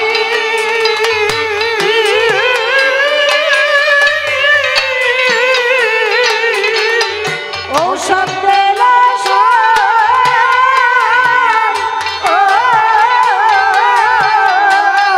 তাহলে পরাণে ভাসি। কি ঔষধ?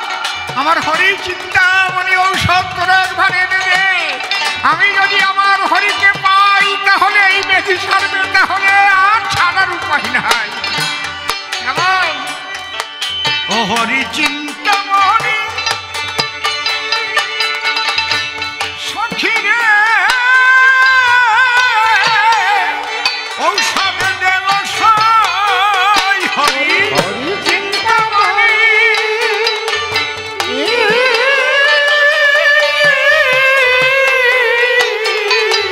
ঔষধ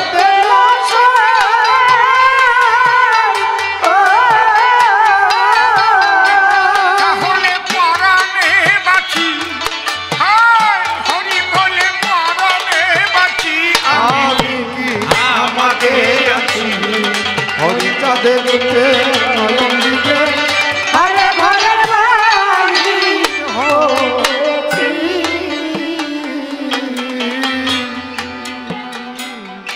হরি প্রেম বিচ্ছেদে রোগে আমি বাঁচি না তার ভাবুক বেগে আমার মন বসে না ভোগে যোগে যে রোগের রোগী হয়েছি। বাবা যারা কৃষ্ণ ভক্ত রাম ভক্ত কালী ভক্ত যদি ঠিক ঠিক তুমি এই ভাব নিয়ে চলো এই ভাবটার নামই হচ্ছে মাতোয়ারা ভাব মাতোয়ারা হয়ে যাওয়া। তোমার ওই নামের মালা যে জপতেছ না ওই জপার জ্ঞানও তোমার থাকবে না মালা থাকবে কিন্তু মালা জপার বোধ থাকবে না। কি হয়তো গুরু মালা দেশে গলায় ঝুলানো আছে কিন্তু ওই জপার যে স্তর ওই স্তর পার হয়ে গেছে। তোমার চণ্ডী পাঠ করে মন্ত্র উচ্চারণ করে তোমার আর কালী পূজা থাকবে না তুমি যদি সত্যি সত্যি মাতৃভক্ত হও। চণ্ডী টণ্ডী কোথায় পড়িয়ে থাকবে তোমার তোমার শুধু চোখের জল দিয়ে মা মা মা দেখা দাও। আমি বলে যাচ্ছি আপনি যে মতের হন যে পথের হন যতদিন আপনি মতুয়া হতে না পারবেন আপনার ইষ্ট দর্শন হবে না। কি মারাত্মক কথা বললাম বুঝলেন?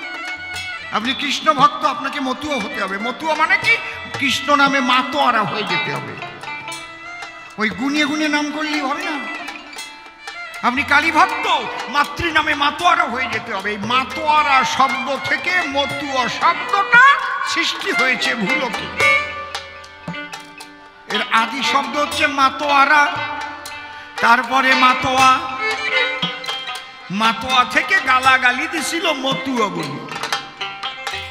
তাই হরিচাঁদ ঠাকুর বলেছিল তোদের যখন মতুয়া বলে গালাগালি দেয় আজ থেকে তোরা মতুয়া নামে আলাদা সম্প্রদায়।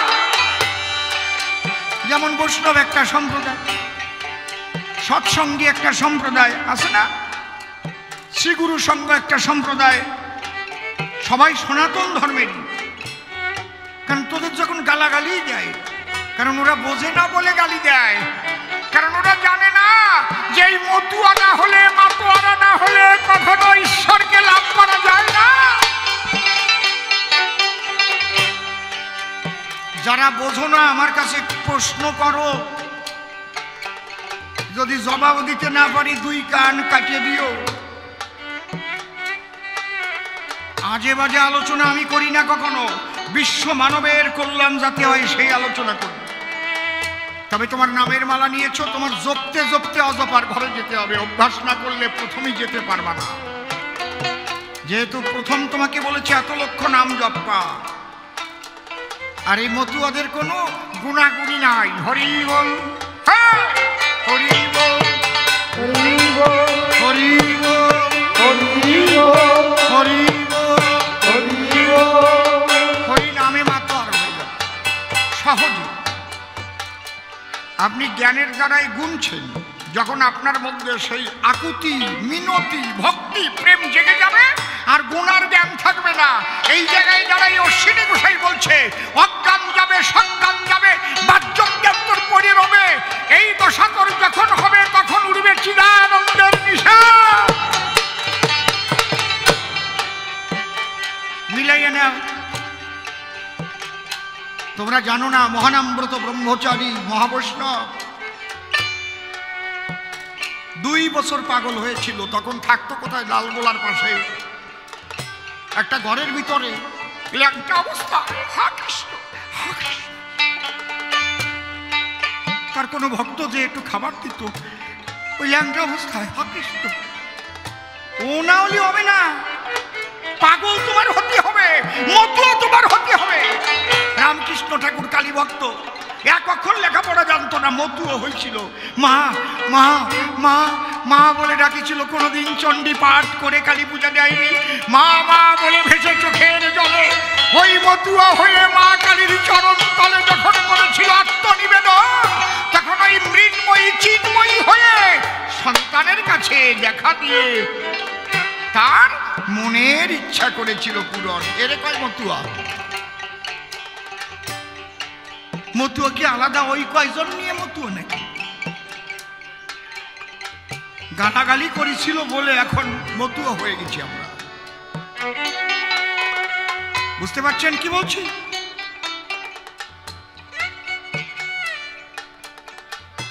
এই জন্যে এই যে সামগ্রিক বিশ্ব কল্যাণের আলোচনা, মুসলমানদের মধ্যেও মতুয়া আছে। ওকে বলে হাক্কানি ফকির। ওরা কোনো হজ করে না, নামাজ করে না, রোজা করে না, কিচ্ছু করে না, খালি বসে আল্লাহ হক আল্লাহ হক আল্লাহ হক আল্লাহ হক আল্লাহ জিকির দেয়। দেখিস এখন? আমি দেখছি ওকে হজও নাই, নামাজও নাই, রোজাও নাই, কিচ্ছুও নাই, মাতিয়ে গেছে আল্লাহর নামে। আমি দেখি একটু ভালো মাত্র হতো। বুঝতে পারছো আলোচনাটা কোথায় করতেছি? আর কি কারোর সাথে কোনো বিভেদ থাকবে? আর কি মতুয়া বৈষ্ণব রাম ভক্ত কালী ভক্ত কারোর সঙ্গে বিভেদ থাকতে পারে? সবাই হয়ে যাও, মতু হয়ে যাও, মাতিয়ে যাও যার যার ইষ্ট নামে। যে যাকে ভক্তি করে সে তার ঈশ্বর, ভক্তি তোলে সে তার স্বয়ং অবতার। আমার তার গোসাই এখানেই শেষ করে দিয়ে গেছে, কোনো বিভেদ রাখে নাই। তুমি যে নদী দিয়ে নৌকা ভাসাবা, নদীর সাথে যদি সাগরের যোগ থাকে, ঠিক দেখবা তুমি একদিন ওই নৌকা নিয়ে সাগরের বক্ষে পৌঁছাই গেছে। বুঝতে পারছেন কি বলছি? বিভেদ করে যারা, তারা প্রকৃত ধর্ম জানে না যারা, আর তাদের ধর্ম নিয়ে ব্যবসা করা হচ্ছে স্বভাব। তারা একটা গণ্ডিবদ্ধ চিন্তাধারা দিয়ে আটকায় রাখে, নয়তো গুরুগিরি চলবে না। আর তো খাইয়ে কোনো কাম নাই, ওই গুরুগিরি করেই খায়। বুঝেছেন কি বলছি? ওই ব্যবসা ঠিক রাখতে গিয়ে এই সনাতন ধর্মের দফাটা সারিস, মানুষে মানুষে গন্ডগোল বাধাই দিয়েছে। আমারটা বড়, তোমারটা ছোট, তোমারটা মাঝিয়া। হ্যাঁ, কারোটা ছোট না, সবারটা বড়। যার ভক্তি আছে, প্রেম আছে, তার কাছে ঈশ্বর দেখা দেয়। তাই আমার অশ্বিনীকর্তা কি গাইলেন? হরি প্রেম বিচ্ছেদ রোগে বাঁচি না তার ভাবুদ বেগে, মন লাগে না ভোগে যোগে, আমি যে রোগে রোগী হয়েছি। ওরে আমি অনেক হাসি, অনেক কাঁদি, আমি অনেক হাসি,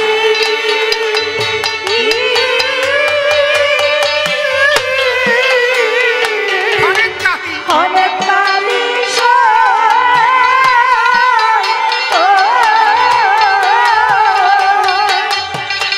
মন পোড়া বাউরি সেজেছি, মন পোড়া বাউরি সেজেছি। আমি কি আমাকে আছি হরি চাঁদের রূপে ঘর দিয়ে,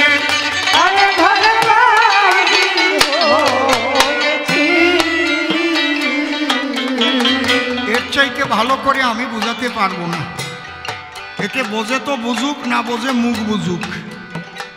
এত বড় একটা বাজে গল্প দেবে একটা বৈষ্ণব মানুষ, আমি ভাবতেই পারিনি। আমি বলে ফুটো দিলাম,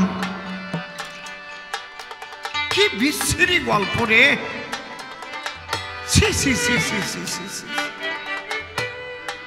কয় লোকটার নাকি লুঙ্গি পরা, তাও আবার আন্ডার ছাড়া। আর ওই যুবতী মেয়েটা সে নাকি পেটে খোঁচা দিয়ে কয় তোমার ড্রামটার দাম কত? ওই লোকটা নাকি একটু আদুও টাইপের, পুরো চালাক না, পুরো বলদ না। এই জন্য যখন পেটে খোঁচা দিয়ে কইছে ড্রামের দাম কত, ওই লোকটা রাগ হইছে।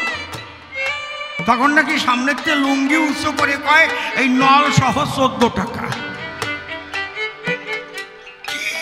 কি বিশ্রী গল্প। আর তার সাথে যে বুড়িমা ছিল সে নাকি দেখলো আমাদের এই যুবতীদের তো হারায় দিল, উনি নাকি ওর পাশার দিক যাইয়ে লুঙ্গি উঁচু করে ধরে কয় ও ফুটো ড্রাম তাই কম দাম। তোমরা কও একটা সাধু মানুষ এই গল্প করতে পারে? এই লজ্জাও করে না? হ্যাঁ, ওই বুড়ি নাকি একেবারে লুঙ্গি উঁচু করে এইভাবে তাকাই কয় ফুটো ড্রাম। ও যদি ওই টাইমে বাদ দিত কি হতো বুড়ির?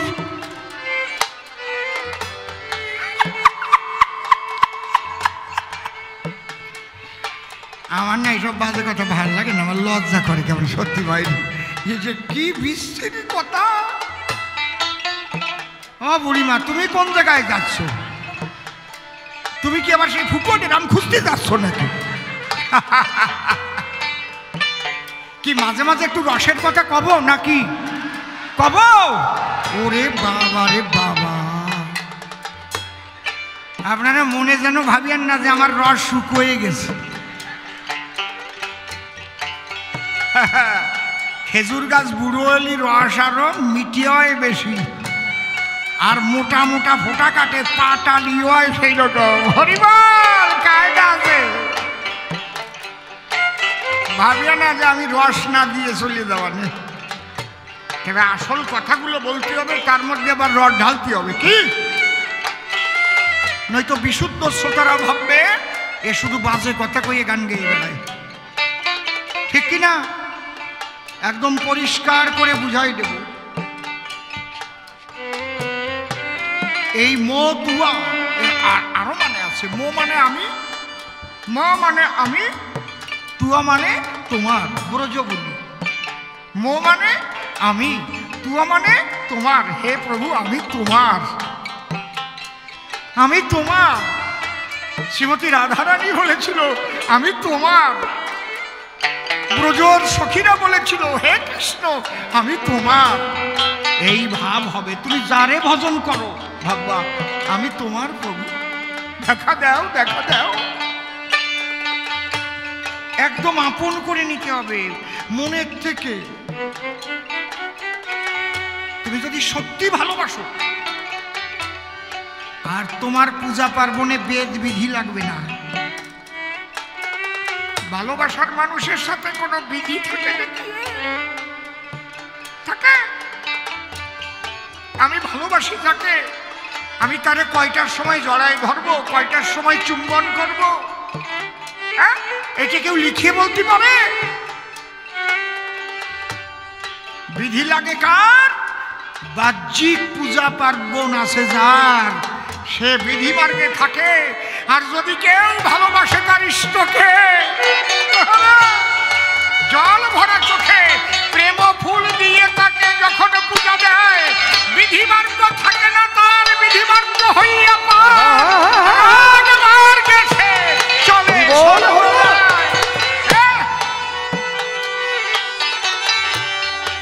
এই রাগ মার্গ ছিল কাদের? ব্রজের সখীদের।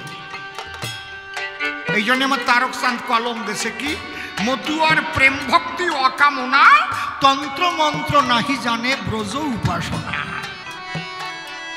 রাগমার্গ। এই জন্য মতুয়ারা বেদ বিধির ধার ধারে না, তারা তার মনের মানুষকে পূজা দেবে, মনের মানুষকে ভালো বলবে, বিধানের ঊর্ধ্বে চলে যায়। এই মতুয়া ভাব যদি কোনো কৃষ্ণ ভক্তর উদয় হয়, তার আর বিধান থাকবে না। খেপা বিধান থাকবে না। থাকবে? আপনি কন, আপনি তো কৃষ্ণ ভক্ত, থাকবে কি? আর সে যদি দেহ ত্যাগ করে তাহলে ব্রাহ্মণ দিয়ে তার শ্রাদ্ধ হবে? কথা কন, কোন বৈষ্ণবের শ্রাদ্ধ ব্রাহ্মণ করে? অধিকার আছে? মহানাম্রতজির শ্রাদ্ধ কি ব্রাহ্মণ করেছে? নবদ্বীপের অটল দাস বাবাজির তার শ্রাদ্ধ কি ব্রাহ্মণ দ্বারা হয়েছে? রাধারানী যে বৈষ্ণবী ছিল তার শ্রাদ্ধ কি হয়েছে ব্রাহ্মণ দিয়ে? হবে না। কারণ যারা ব্রজপ্রেমের প্রেমিক হয়ে বৈষ্ণব হয়ে যায় সেখানে ব্রাহ্মণ দিয়ে তন্ত্রমন্ত্র পড়ে শ্রাদ্ধ ক্রিয়ে থাকে না সেটায়। এই জন্যে মতুয়াদের ব্রাহ্মণ নাই। বোঝা যাচ্ছে? কিন্তু নিচে থাকলে আছে। তোমার মন যদি নিচে দিয়ে গড়ে, তাহলে তুমি আবার যদি ব্রাহ্মণ দিয়ে নিয়ে মন্ত্র পড়ে শ্রাদ্ধ না করো, কবে না ওই যে ব্রাহ্মণ আনছিল না, ওই জন্যই ওর ওই কপালে ওই হইছে। কিন্তু তোমার কপালে সমস্ত হওয়া ওই সব ভাবনাই তোমার থাকবে না। চোখের সামনে ছেলেও মরে যেতে পারে, কিন্তু তাতে তোমার কোন রকম দুঃখ পেলে হবে না। ঠাকুর তোমার ইচ্ছা পূর্ণ হয়েছে প্রভু, আমার ইচ্ছা না তোমার ইচ্ছা। এই জায়গায় দাঁড়ালি হবে। শিবাসের ছেলে মরে গেছে ঘরে, পঞ্চতত্ত্ব শিবাসাঙ্গিনায় নাম কীর্তন করে। বউরা কানের ধারে গিয়ে বলল, তুমি তো এই জায়গায় হরি নাম গাচ্ছ, ছেলেটা মরে গেছে। মুখ আটকায় ধরেছে। শিবাস চৈতন্য চরিতামৃত আনেন, কি লেখা আছে দুটো লাইনে। যেদিন ওই 2 লাইন পড়লাম না, আমি একদিন বোবা হয়ে গেছি। কি কথা হে? শিবাস তখন তার বউকে বলছে, পুত্র বলে কাঁদিলে প্রিয়ে পুত্র হারাইবে, কৃষ্ণ বলে কাঁদিলে আবার পুত্র ফিরে পাবে। যদি কাঁদতে হয় পুত্র বলে কেঁদো না, কৃষ্ণ বলে কাঁদো। কি কথা এ? পারবা? তাহলে তোমার অঙ্গনেও গৌরাঙ্গ মহাপ্রভু নাম কীর্তন করবে। ওই অঙ্গন না, শ্রীবাস মানে সুন্দর বাস। এই হৃদয় ওই অঙ্গনে মহাপ্রভু পঞ্চতত্ত্ব নিয়ে নাম করবে। হরি বলো। কি গোসাইটা? কৃষ্ণ ভক্তরাও পাবে, হরি ভক্তরাও পাবে, সবাই পাবে। আমার আলোচনার মধ্যে দিয়ে সবাই পাবে, তবেই তো জগতের কল্যাণ হবে। এইবার যখন পাগল হয়ে তার দেখা পেল, তখন কি হলো? এইটাকে নরসিনী গোসাই লিখে গেছে, আমি যা বলছি তাই।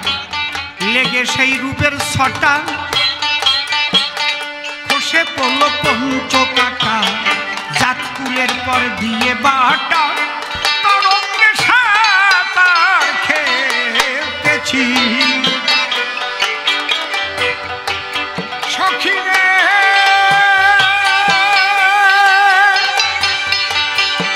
সখিরে সখিরে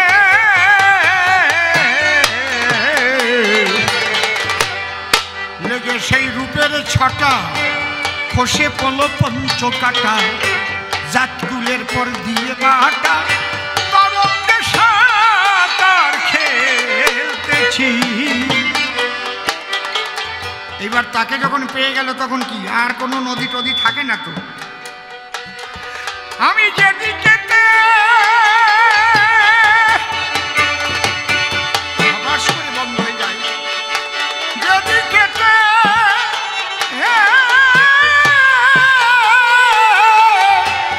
ঘুরাই আখি সই, আমি যেদিকে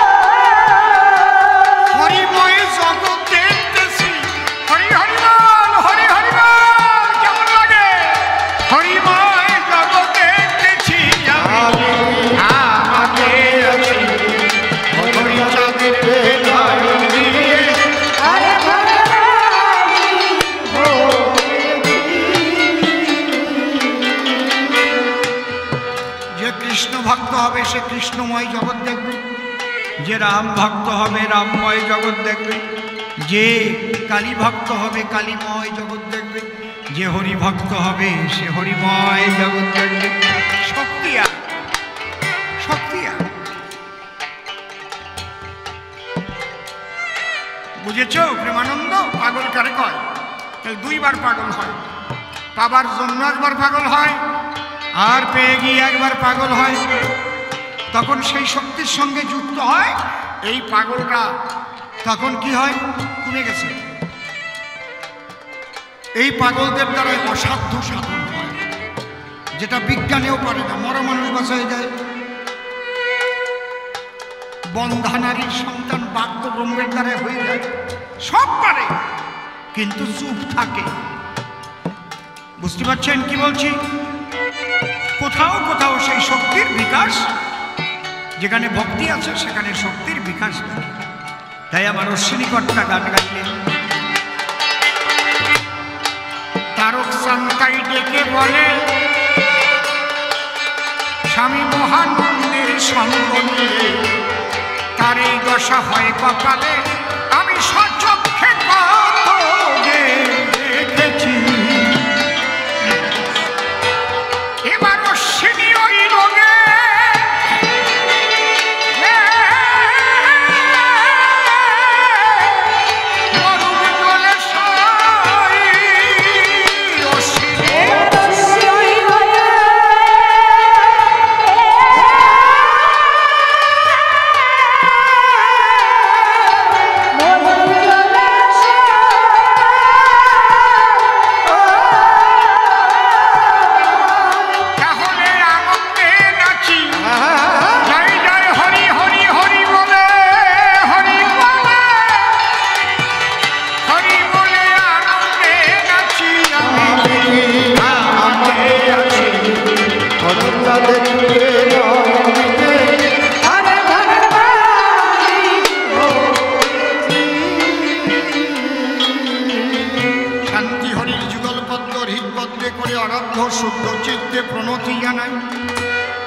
সাধু গুরু বৈষ্ণব হেরিয়ার যত পুরুষ নারী আমার ভক্তিপূর্ণ প্রণাম গ্রহণ করিবেন সবাই।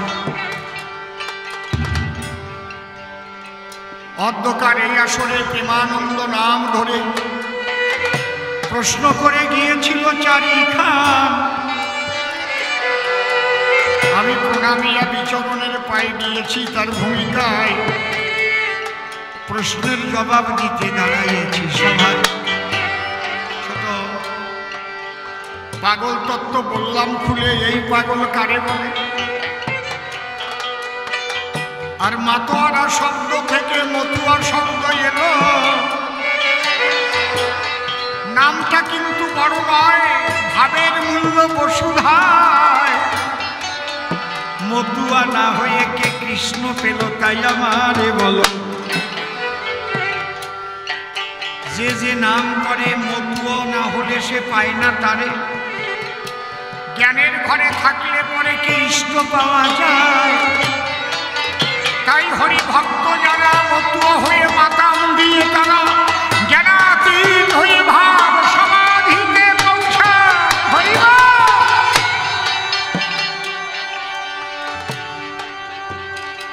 একা একা না, অন্তরঙ্গ সবাইকে নিয়ে মাতাম, নিজের উন্নতির জন্য শুধু না, আত্মস্বার্থের জন্য না। যে কোনোদিন হরিনামে আসে নাই তারেও টেনে আনতে হবে, তারেও টেনে আনো। বাদাম দে করে ধুলায় গড়া সাধুর বাতাস গায়ে লাগায়, চরণ ধুলো মেখে যা।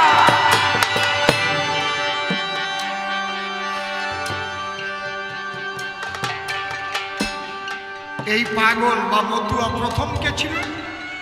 প্রথম ছিল দেবাদিদেব মহাদেব। এই জন্য তাকে বলে পাগলা ভোলা।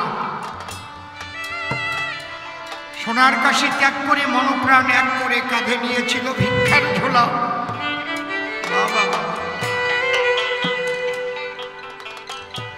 দ্বিতীয় মতুয়া কে ছিল? রাম ভক্ত হনুমান। রাম নাম ছাড়া আর কিছু বুঝতো না। রাম বলে মনপ্রাণ সঁপে দিল। এ হনুমান আজকে কি বার? রামবার। কোন তিথি? রাম তিথি। কোন নক্ষত্র? রাম নক্ষত্র। যাচ্ছিস কোথায়? রামের দেশে। খেলি কেমন? রাম খাওয়া। দেশের হাওয়া কেমন? রাম হাওয়া। রাম নামের গান গাওয়া। হরিবল। আর হনুমান বলতো জয় শ্রীরাম। রাম দেখেছেন? তারপরে মতুয়া কে ছিল? শ্রীমতী রাধারানী। কৃষ্ণ নামে মাতোয়ারা হল, পাগল ইনি হল। তারপরে কে ছিল? আমার নিতাই গৌর, আমার নিত্যানন্দ মহাপ্রভু যিনি, অবধূত তিনি। বেদ বেদির ধার বিধির ধার ধারে নাই। চৈতন্য মহাপ্রভু পর্যন্ত ভয় পেত নিত্যানন্দকে। একজন অদ্বৈতের ঘরে খেতে বসতে 3 বসাই।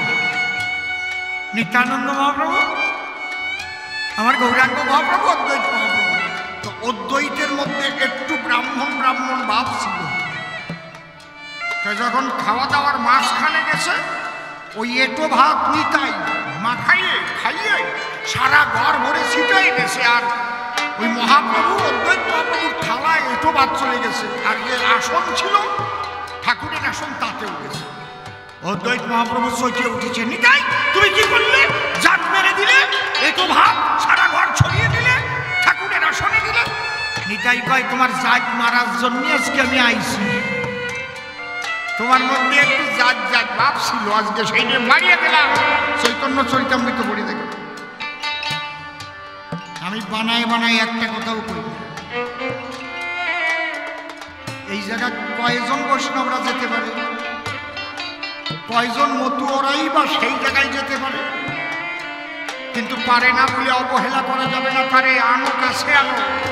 কারণ মহাপ্রভু দেখিয়ে গেছে কি? ভক্ত হরিদাস আর একজন ছিল পিপুলিয়া হরিদাস। মানে তার কান্না আসতো না, সে পিপুলির গুড়ি বানাইয়ে তাই পকেটে নিয়ে যেত। যখন সবাই কাঁদত, ওখান থেকে একটু চোখে লাগাই দিয়ে ও কাঁদত। ঝাল না পিপুল। ওই কান্তি কান্তি কান্তি কান্তি মহাপ্রভু দেখলো এর তো মনের ইচ্ছা, কিন্তু এর তো কান্না আসে না। যখন ওরে কৃপা করি, ওই মহাপ্রভু যখন কৃপা করলো আর পিপুলির গুড়ি লাগলো না, তখন হরি বলে কান্না আরম্ভ করে। তোমরাও সবাইকে নিবা, টেনে নেবা। আরে মাতাম নিয়ে যাও, হরি নামে মাতাম নিয়ে যাও। ওই যুবতী মেয়েটা, ওই যুবক ছেলেটা, ওই বৈষ্ণব বাবাজি আস্তে আস্তে আস্তে আস্তে রস পাবে। বাহ, এ তো ভালো জিনিস, তাই তো? মন মাতঙ্গ আমার মাতোয়ারা হয়ে যায়। হরিবা, আমার মহাপ্রভু তো বলে গেছেন, হরের নাম হরের নাম হরের নামই বকে বলম কলৌ নাস্তে বনাস্তে বনাস্তে ভগতিরন্ন। তাহলে আমরা পাগল তত্ত্ব বুঝলাম, মূলত মতুয়ার ভাব বুঝলাম। এইবার বলছে তারক গোসাই এমন কি ছিল? একটা মাছ বিক্রি করা মানুষ, তার কথা মেনে নিতে হবে। বলো, এবার তারক গোসাইয়ের কথায় আমি করিব বর্ণন।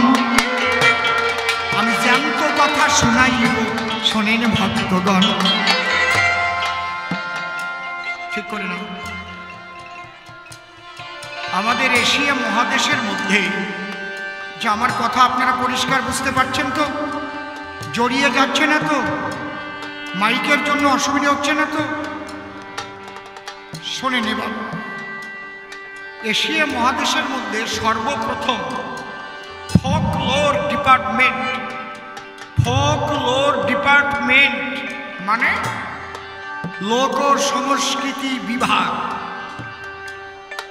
এইটা খুলেছিলেন কল্যাণী ইউনিভার্সিটিতে। যিনি, তার নাম হচ্ছে প্রয়াত ডক্টর তুষার চট্টোপাধ্যায় মহাশয়। সারা এশিয়া মহাদেশের মধ্যে প্রথম এই ফোকলোর ডিপার্টমেন্ট তিনি চালু করেন। এই তুষার চট্টোপাধ্যায়ের নাম, বাবার নাম নয়নাঞ্জন চট্টোপাধ্যায়। নয়নাঞ্জন চট্টোপাধ্যায়ের বাবার নাম দুর্গাচরণ চট্টোপাধ্যায়। ওই যে বাড়িতে পুকুর কাটতে ব্যাঙ উঠেছিল না, সেটুও লাগানো ওই বাড়ি।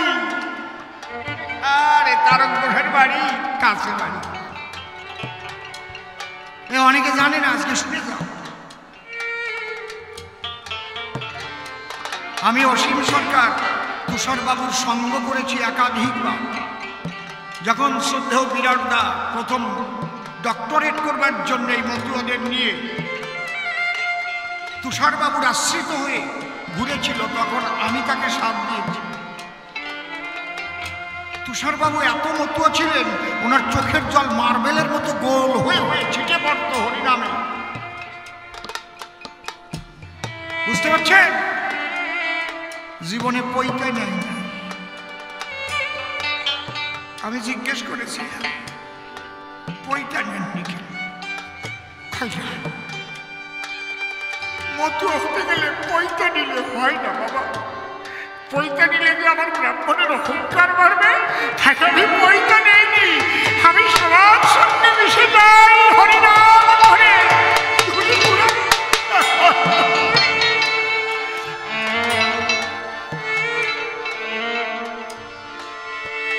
ওই দুর্গাচরণ চট্টোপাধ্যায়ের বাড়িতেই পুকুর খনন করেছিল। ওখানেই ব্যাগ উঠেছিল, ওই গায়ে চেটো লাগানো, বড় এক ব্যাগ চেটো লাগানো গায়ে। সবাই অবাক হয়ে যায়। বিভিন্ন জায়গা থেকে পণ্ডিত আনলো, এর কারণ কি কেউ বলতে পারে। তখন একজন বলল, আমাদের বাড়ির কাছেই তো তারক গোসাই কবি গান টান গায়, বহু শাস্ত্র গ্রন্থ জানা আছে, ওনাকে একটু ডেকে আনলে হয় না? দুর্গাচরণ চট্টোপাধ্যায় কয়, কত হাতি ঘোড়া গেল রসাতল, আর কানা ঘোড়া এসে কবে আমার হাঁটু চল। বড় বড় পণ্ডিত নিয়ে আসলাম, তারা পারল না, আর ওই তার কারা কবি গান গায়ও পারবে। একজন কয়, না বাবু, উনি খালি কবি না, উনি যে কি তা আমিও বলতে পারবো। কয়টা নিয়ে আসো, ডেকে নিয়ে আসো। ডেকে নিয়ে আসো। তার গোসাই বললো, আমি বললে বিশ্বাস করবে না?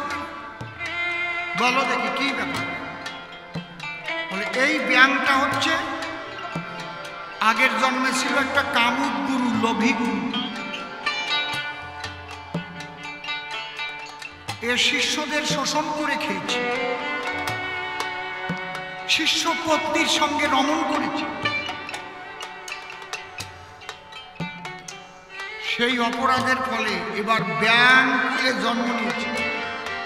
আর যে শিষ্যগুলো ছিল, সেই শিষ্যগুলো চেটো হয়ে গুরুর গায়ে লেগে তারা বলছে, গুরু তুমি আমাদের যেভাবে শোষণ করে খেয়েছো, আমরা তোমার গায়ে বসে রক্ত শোষণ করে খাবো, ছাড়া না।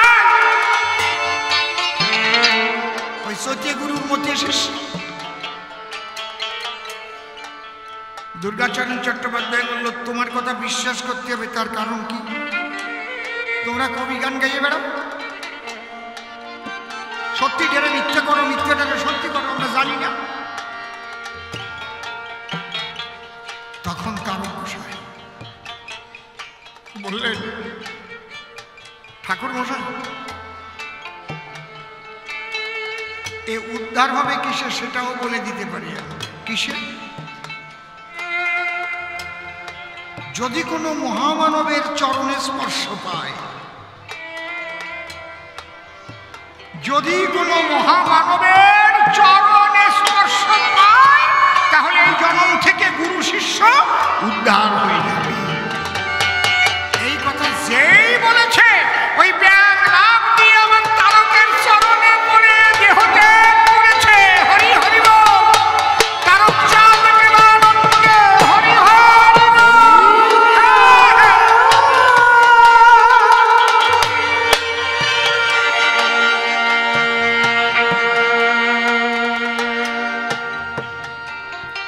তখন দুর্গাচরণ চট্টোপাধ্যায় উঠেছে, এ কোন মানুষ?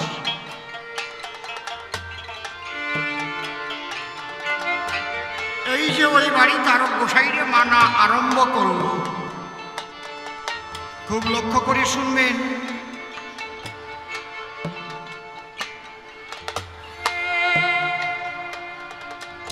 একবার ওই বাড়িতেই 7 দিন পর্যন্ত ভাগবত পাঠের আয়োজন হল। সপ্ত দিবস, সপ্তরাত্রি, রাত দিন। আজকে মেলা হচ্ছে তো ওদিকে একটা গন্ডগোলের আঁচ আছে, থাকুক। এর মধ্যে দিয়ে আপনারা বুঝতে পারছেন তো আমার কথা?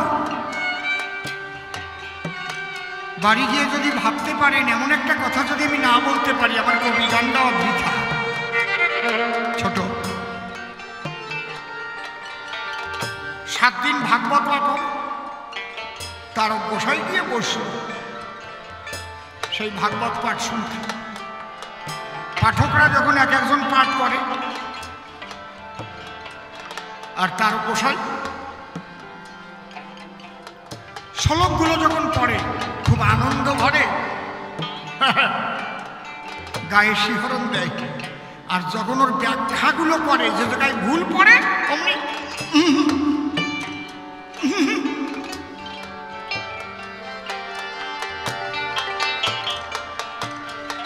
পাঠকরা কিন্তু লক্ষ্য করেছে।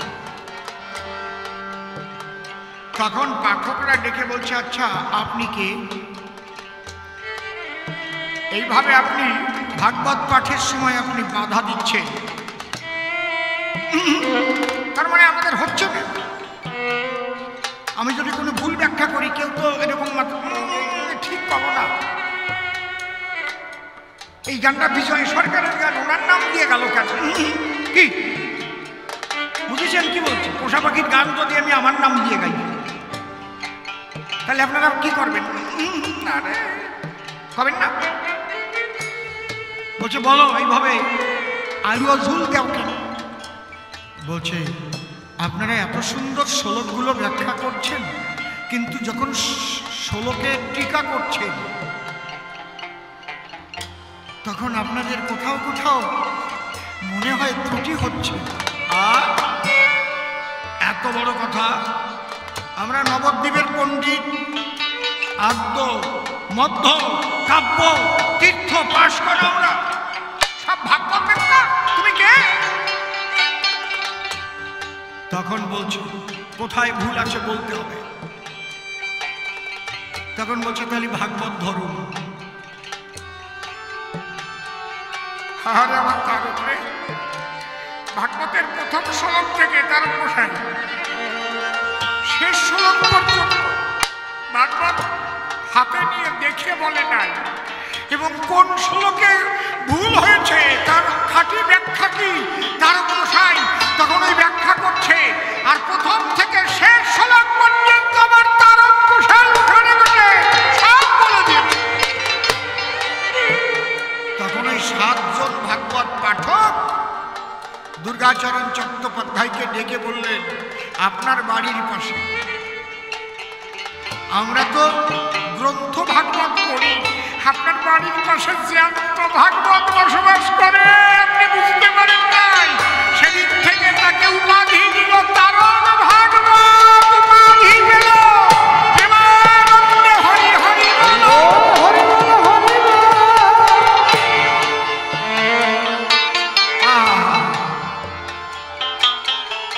শোনো মানুষটা কেমন, যে সে লিখলি আমরা বিশ্বাস করতাম না। তোমরা যে গোসাইরা মানুষের মন গুলোতে পারো না। বহু গোসাই আছে, বহু শিষ্য আকাশ করে বেড়ায়, আর তারক গোসাই গরুর মন হিরোই দেয়। গাইতে যে বাচ্চা দিত, যেটা আড়িয়ে বাচ্চা হতো, ওই এড়িয়ে বাচ্চাকে কিন্তু আর বলদ করতো না, এরকম 6টা এড়ে গড়েছিল। তারক গোসাই যখন গান গাইতে যেত, বাড়ি আসলে নালিশ করত, ও গোসাই তুমি এড়ে গরু রেখে ঘরে এইভাবে ছেড়ে দেবে, আর পরের জমির ফসল দিয়ে তোমার এড়ে গরু খাবে। পরের বকনা দেখলে পরে গো তার পিছনে ছুটে চলে যায়। তোমার এড়ের জ্বালায় পাড়া ভরে পড়ছি আমরা সমস্যায়। তখন তার গোসাই গোলগাড়ি গিয়ে 6টা এড়ে গরুর গায়ে হাত দিয়ে বলছে, তোদের জন্য বদনাম হচ্ছে, আর তোরা অন্য কোনো বকনা বা গাভীর কাছে যাবি না, পরের জমির ফসল আর খাবি না। এড়ে গরু চোখের জল ছেড়ে দিয়েছে আমার তারকের কথায়। সেদিন থেকে ওই 6টা এড়ে ঘুরতো না কারো বকনার পিছে। আমার তারকের বাক্যে গরুর মন ভুলে গেছে। এর নাম তারক, এর নাম তারক গোসাই। সাধারণ মানুষ ভেবেছ নাকি তারক গোসাইকে? এইবার তারক গোসাই কি দেখে হরিচাঁদকে ঈশ্বর লিখল? হে বাবা, হে বাবা, এই চানাচুর ভাজা,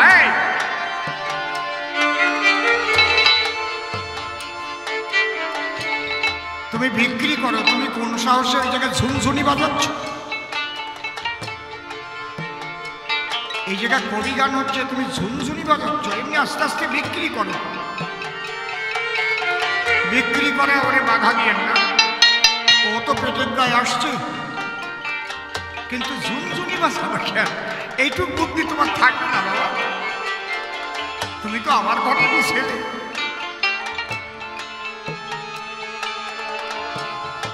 তুমি ঘুরে ঘুরে বাইরে গিয়ে ঝুনঝুনি বাজাবা, আসরে যখন বেচবা ঝুনঝুনিকে বাজাই না। বেশ, হরি বল, বাইরে শুনতে পাচ্ছি না? হরি বলো, হরি বলো। আমি চেষ্টা করছি, মন প্রাণ দিয়ে চেষ্টা করছি, হচ্ছে না। হরি বল, হরি বল, হরি বল।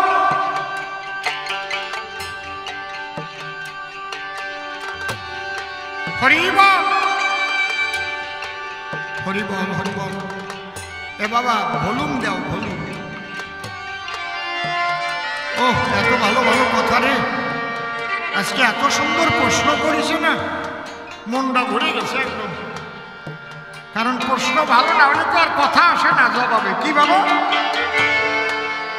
এই জন্য জবাবদাতার চাইতে প্রশ্নকর্তা মূল্য বেশি হয়, তার প্রশ্ন অনুপাতে আলোচনা করতে হয় সভায়। এমন জায়গা খোঁচা মেরেছে গো, ওরে আমি বলি হারি যাই, প্রেমানন্দের চরণে একটা প্রণাম জানাই।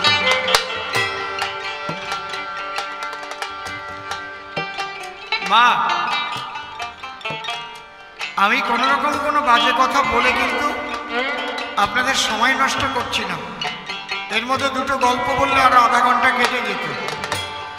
আমি পরিশুদ্ধ হরিকথা, কৃষ্ণ কথা বলবার জন্যই এসেছি। তার মধ্যে দিয়ে একটু চুটকি চাটকা করবো পরে।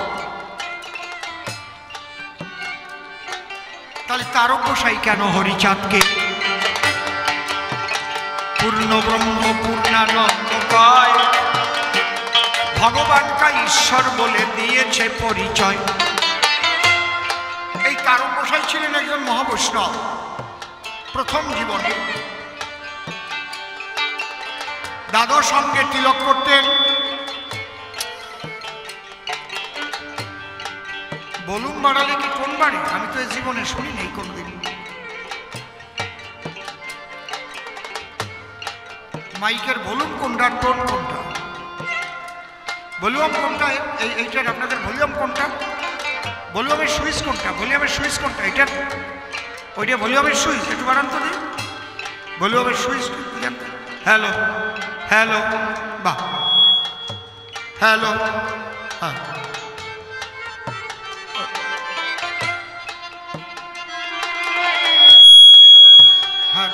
বেশি থাকলে হবে না, ভলিউম বাড়াতে হবে, টোন দিলে হবে না। হরি বল, হরি বল, হরি বল, হরি বল। কি করব, কিছু না। হরি বল, হরি বল, হরি বল। তারকসাই কবি গান গাইতে গেছেন চাল নাতে, এখনো হয় সেখানে, আমি গিয়ে আসছিলাম।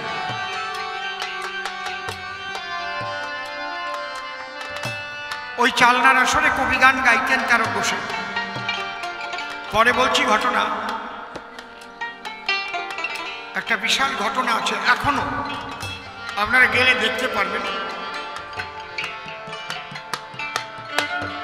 ওই আসরে গান শুনতে বসেছে মৃত্যুঞ্জয় গোসাই। যেমন আপনারা অনেক গোসাই গান শুনছেন বসে বসে। ওদিন প্রশ্ন ছিল, ঈশ্বর মানুষের বেশে জগতে আসে, তারও দুখানা হাত, দুখানা পা, দুটো চোখ, নাক, মুখ, অঙ্গ প্রত্যঙ্গ, বেশি তো আর কিছু থাকে না। তাহলে বিপক্ষ কবি প্রশ্ন করেছে যে আমরা চিনব কি করে যে এই মানুষটাই সেই ঈশ্বর বা ভগবান। তখন তার গোসাই তার ব্যাখ্যা করতে গিয়ে ভাগবতের যে ব্যাখ্যা ওটা করছে, শুনছে কে? শ্রোতার আসনে বসে আছে মৃত্যুঞ্জয় গোসাই। দেখে নিয়ে অনসুর যেন কানে না। সেখানে তারক গোসাই ব্যাখ্যা করছে যে এই মানুষের মধ্যে যখন সেই মানুষ হয় উদয়, কিছু চিহ্ন আর লক্ষণ থাকে তাহার গায়ে, ঊনবিংশ চিহ্ন ওরে ৩২টি লক্ষণ ঈশ্বরের অঙ্গে থাকে। শোনো দিয়ে এইটা তারক গোসাই।